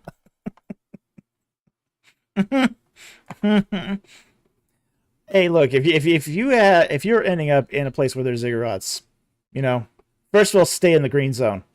Second of all, enjoy the food. That's the best part of the place. Cigarettes, lame. All right. So there's your advice for tourism in Mesopotamia. Stay in the green zone.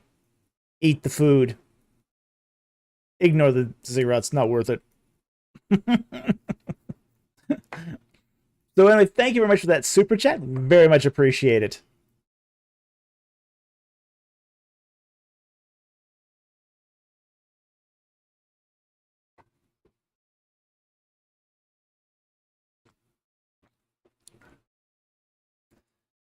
All right, let's see what else what other mischief we can do by answering questions.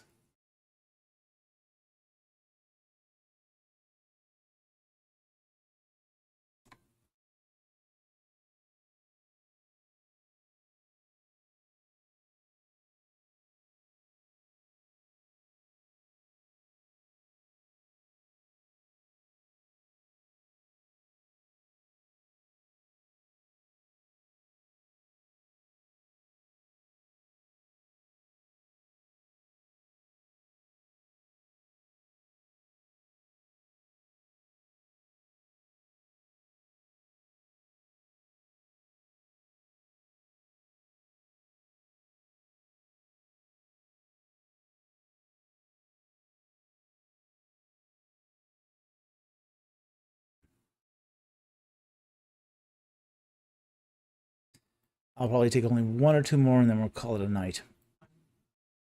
Yeah, we'll find a good last one here and then call it. This one's a fast one, so this will not be the last one. We'll take one more after this, but here's an interesting question from George. Is there an eschatological Messiah-like figure in Egyptian religion? No. But there have been Messiah-type figures in amongst the kings of Egypt. For example, Amenemhat the First portrays himself as a savior of Egypt from the evil Semitic people who invaded the Nile Delta during the First Intermediate period. The same is actually said of also Ahmose the First, first king of Dynasty 18, who drove out the Hyksos. So those are seen as saviors of Egypt. But it's not a religious figure. They're not religious figures in that respect. They're secular figures that are also happen to be high priests of Egypt. So you don't find eschatological figures in Egyptian religion, but you do find it in Egyptian politics. So anyway, thank you for that interesting question. Okay, we got another super chat here.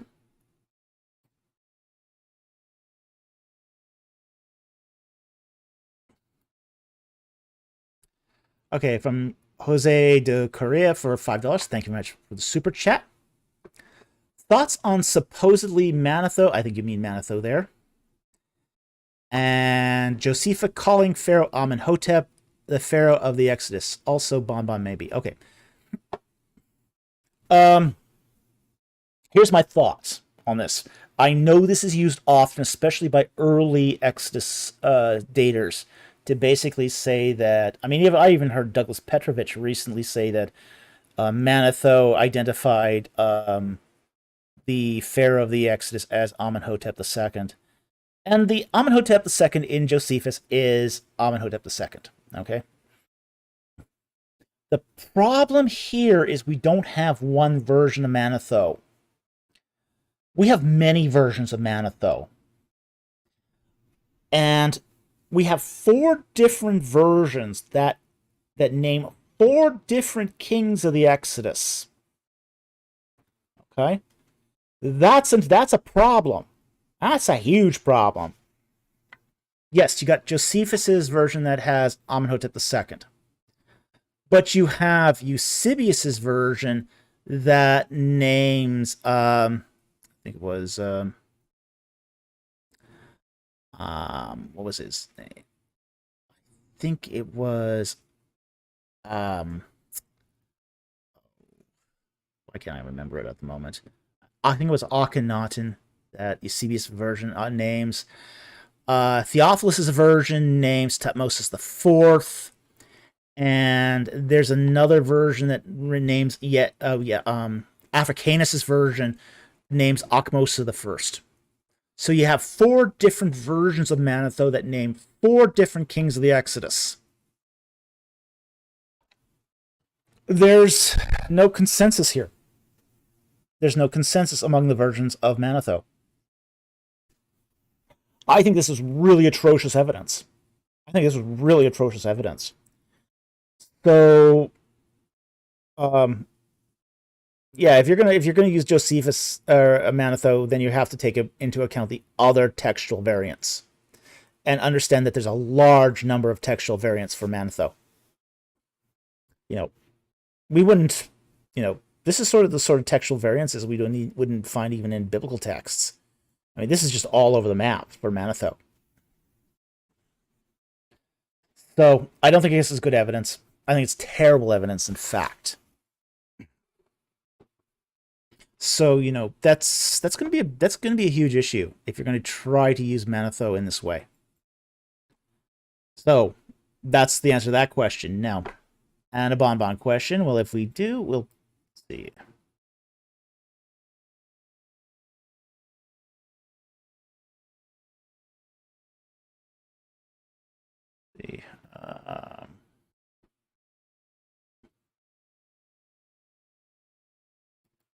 All right, we'll take this bonbon question. Is it possible to date Noah to circa 2900 BC? No, it isn't. Now, I know that there have been attempts to do this using the figures from the Septuagint as opposed to the Masoretic text. The problem is this is still an issue. Yeah, okay. You date it at 2900 instead of, say, 2350. Yeah, it puts the flood before the pyramids, but right in the middle of the Nagata. Actually, you're talking Nagata 3 civilization there. Okay, there was a full civilization in the Nile Delta at this time. Kings ruling in the Nile Delta at this time. So you're not going to be able to have Noah flood the whole planet with kings ruling in Egypt. I also don't think it's possible to date Noah.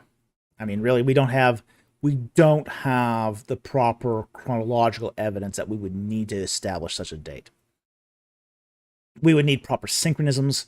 We would need a proper king's list or genealogical list, and the Toledos are not proper genealogical lists. Sorry to break that to all those fundamentalists and atheists out there that like using the Genesis 5 and 11 in that way, but they're not meant to be used that way.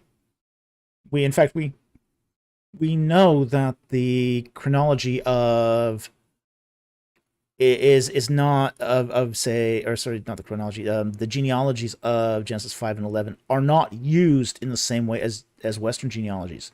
There's not even necessarily a direct causal link between the so-called father and the son.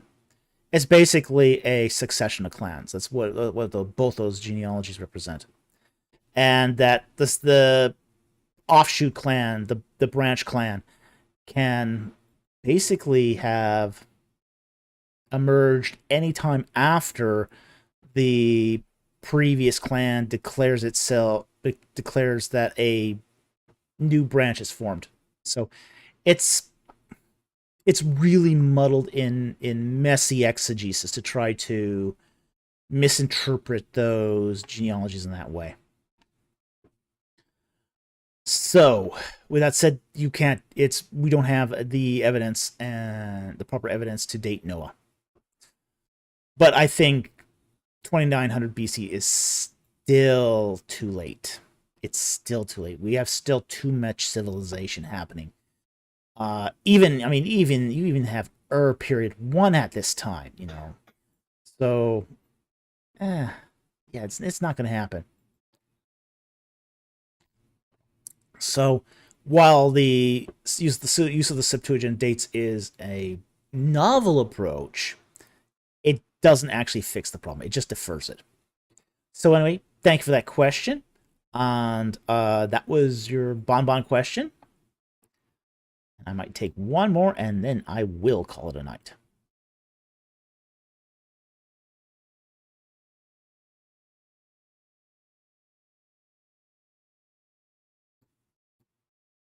So this will probably be the last.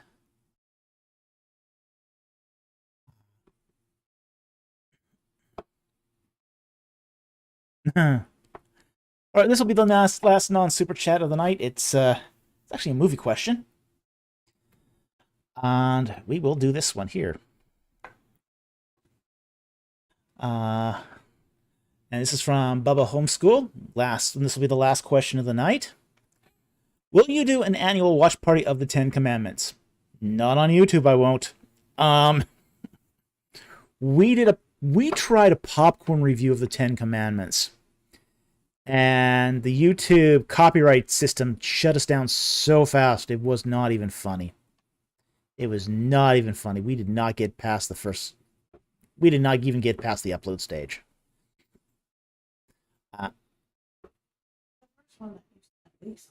Yeah, I spent weeks on it. It was way too long. Yeah, we would probably have to cut it way down anyway.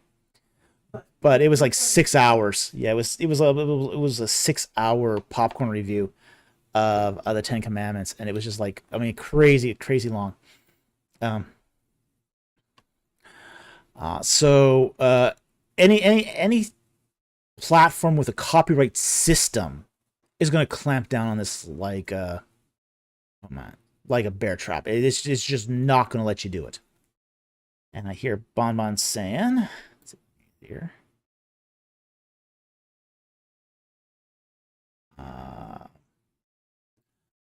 Why don't you do it for the patrons? Okay, yeah, that's a great idea. I'd love to do it. They have the same system though. And this is the problem is, thanks to certain abuses on Patreon, they also now have a copyright detection system. So now they're doing copyright strikes too. Posted on a sketchy website. That'd be the only way you can do it, is by posting it on a sketchy website.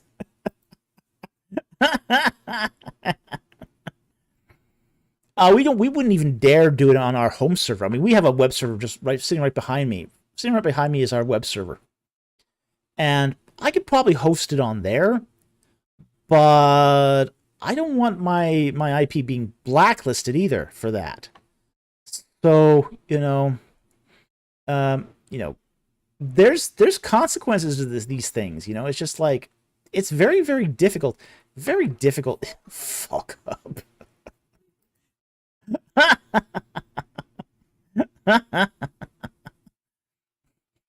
Yeah, I mean, I'd love to post it. I'd love to post it, but it's just, it was good. It was good. I mean, I liked it, but it was just, we can't do it in the current climate of copyright protections. Private YouTube link and post on Patreon. No, it won't even. You can't even upload it. No, they take it off as soon as you upload it. As soon as you upload it, they strike it immediately. They strike it immediately, and we did a lot to actually mask it. So I mean, we changed voice pitch, had a filter over top of it. Yeah, it's just, yeah.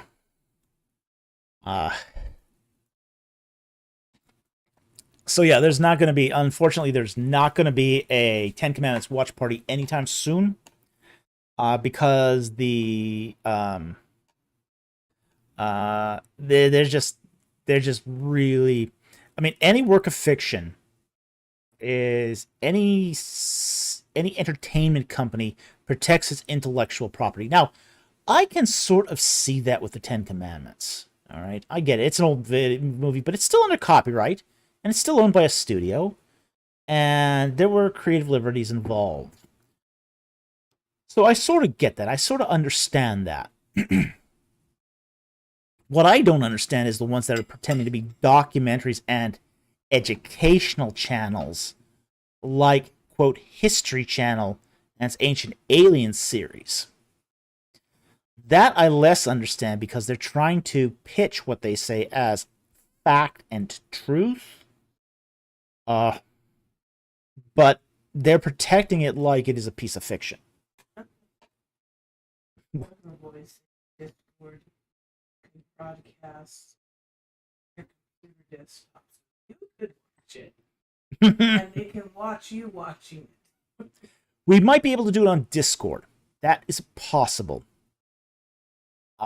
But again, we'd have to be very careful because Discord may have, I think it has the same sort of rule. It has the rules. I don't know if they have the copyright detection system, but they have the same rules.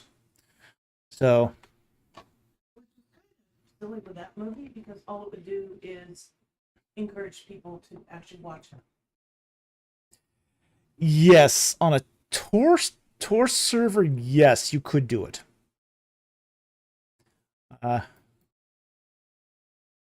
Yes, a Tor system, you could do it. Definitely. OnionNet. Yes, but now you're talking the dark web. now you're asking people at that point to use the dark web. Not sure that's a good start. Yeah, I'm not sure that's where we want to. I'm not sure that's where we want to take the channel. To the dark web.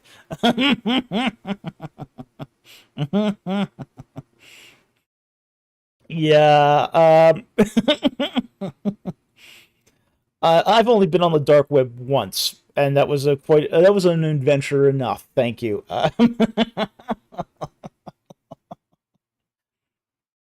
Oh yeah, yep. I've been on the dark web once, and I was asking for something that I couldn't get. Mm-hmm. Oh, I should tell you. Yeah. This was very interesting. I went on Silk Road. Now, if you know what Silk Road is, yeah, it was illegal. Silk Road is a place where you can get almost anything. You can get heroin on Silk Road. They shut it down now, so Yes, it was illegal. Okay, but I'll tell you what it was. Okay, you can get contracts to get people killed on Silk Road. Now again, they're shut down, so you can't. This is not going to help anyone anymore. Okay, but I've been on Silk Road once, and I was at the time I was an avid. I was living in England, and I was an avid cheesemaker. Love love making cheese. Love making cheese. And the one thing I couldn't get because it was illegal is unpasteurized whole milk. Okay?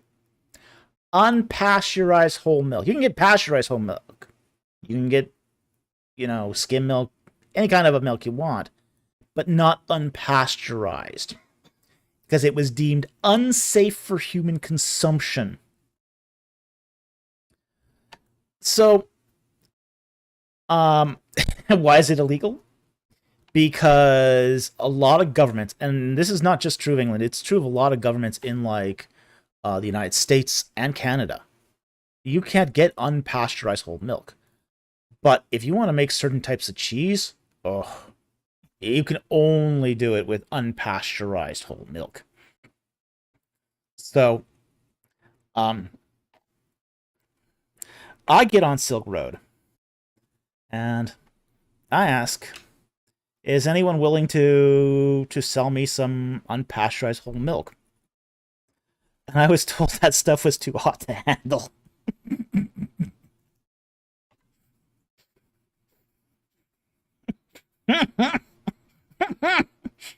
Wait, you guys are selling heroin and contracts for hit jobs, but unpasteurized whole milk is too hot to handle.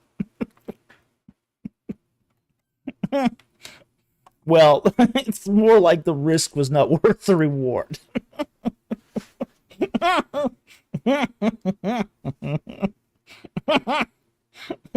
I never expected that response.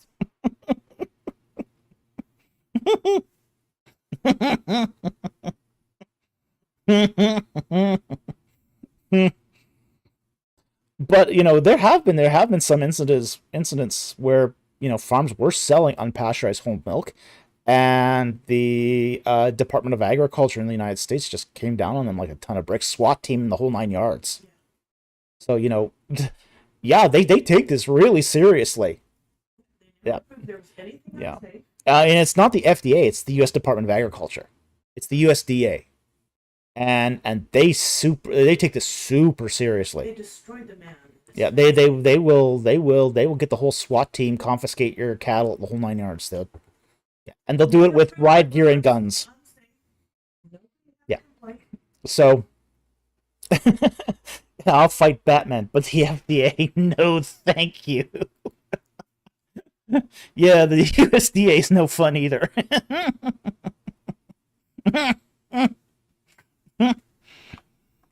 So that was my one exploit on Silk Road, and it was a learning experience. I found out where their limit was. Fully loaded, locked and loaded, M60, no problem. A boatload of cocaine, no problem. A gallon of unpasteurized milk. Oh no, we're not touching that stuff. That's a vote. That's one step too far. I only sell stuff that doesn't raise problems.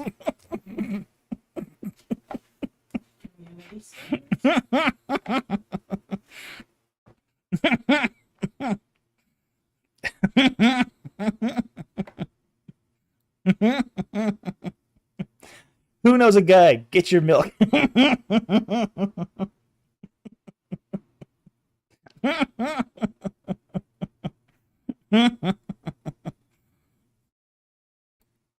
Yeah. For a lot of governments, it is a big deal, especially if you start feeding that stuff.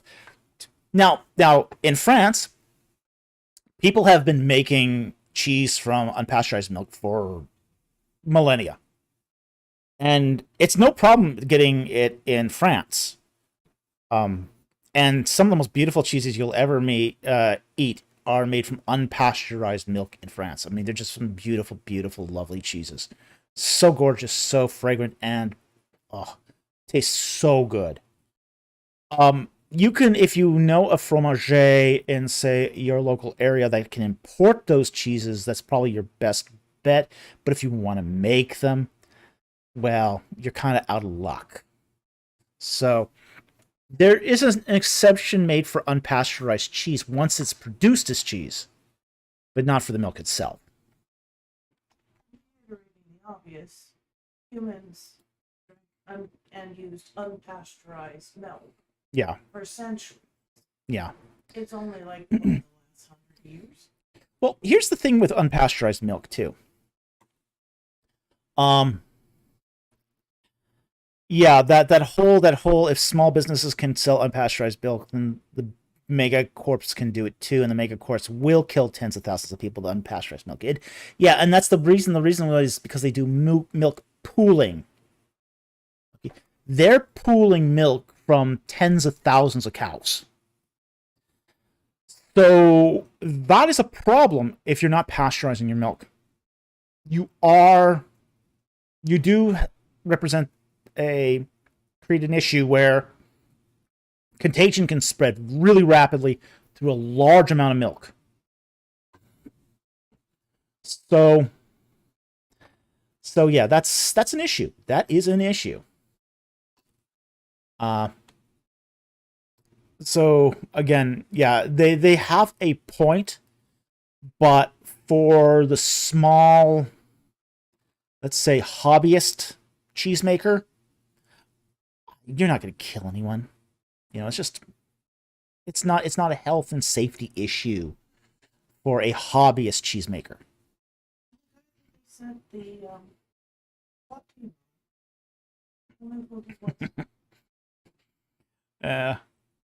Yep, Kiara nailed it. Yeah. So anyway, that's why, you know, I've never found, say, the dark web all that useful, because, you know, it didn't help me with my issues.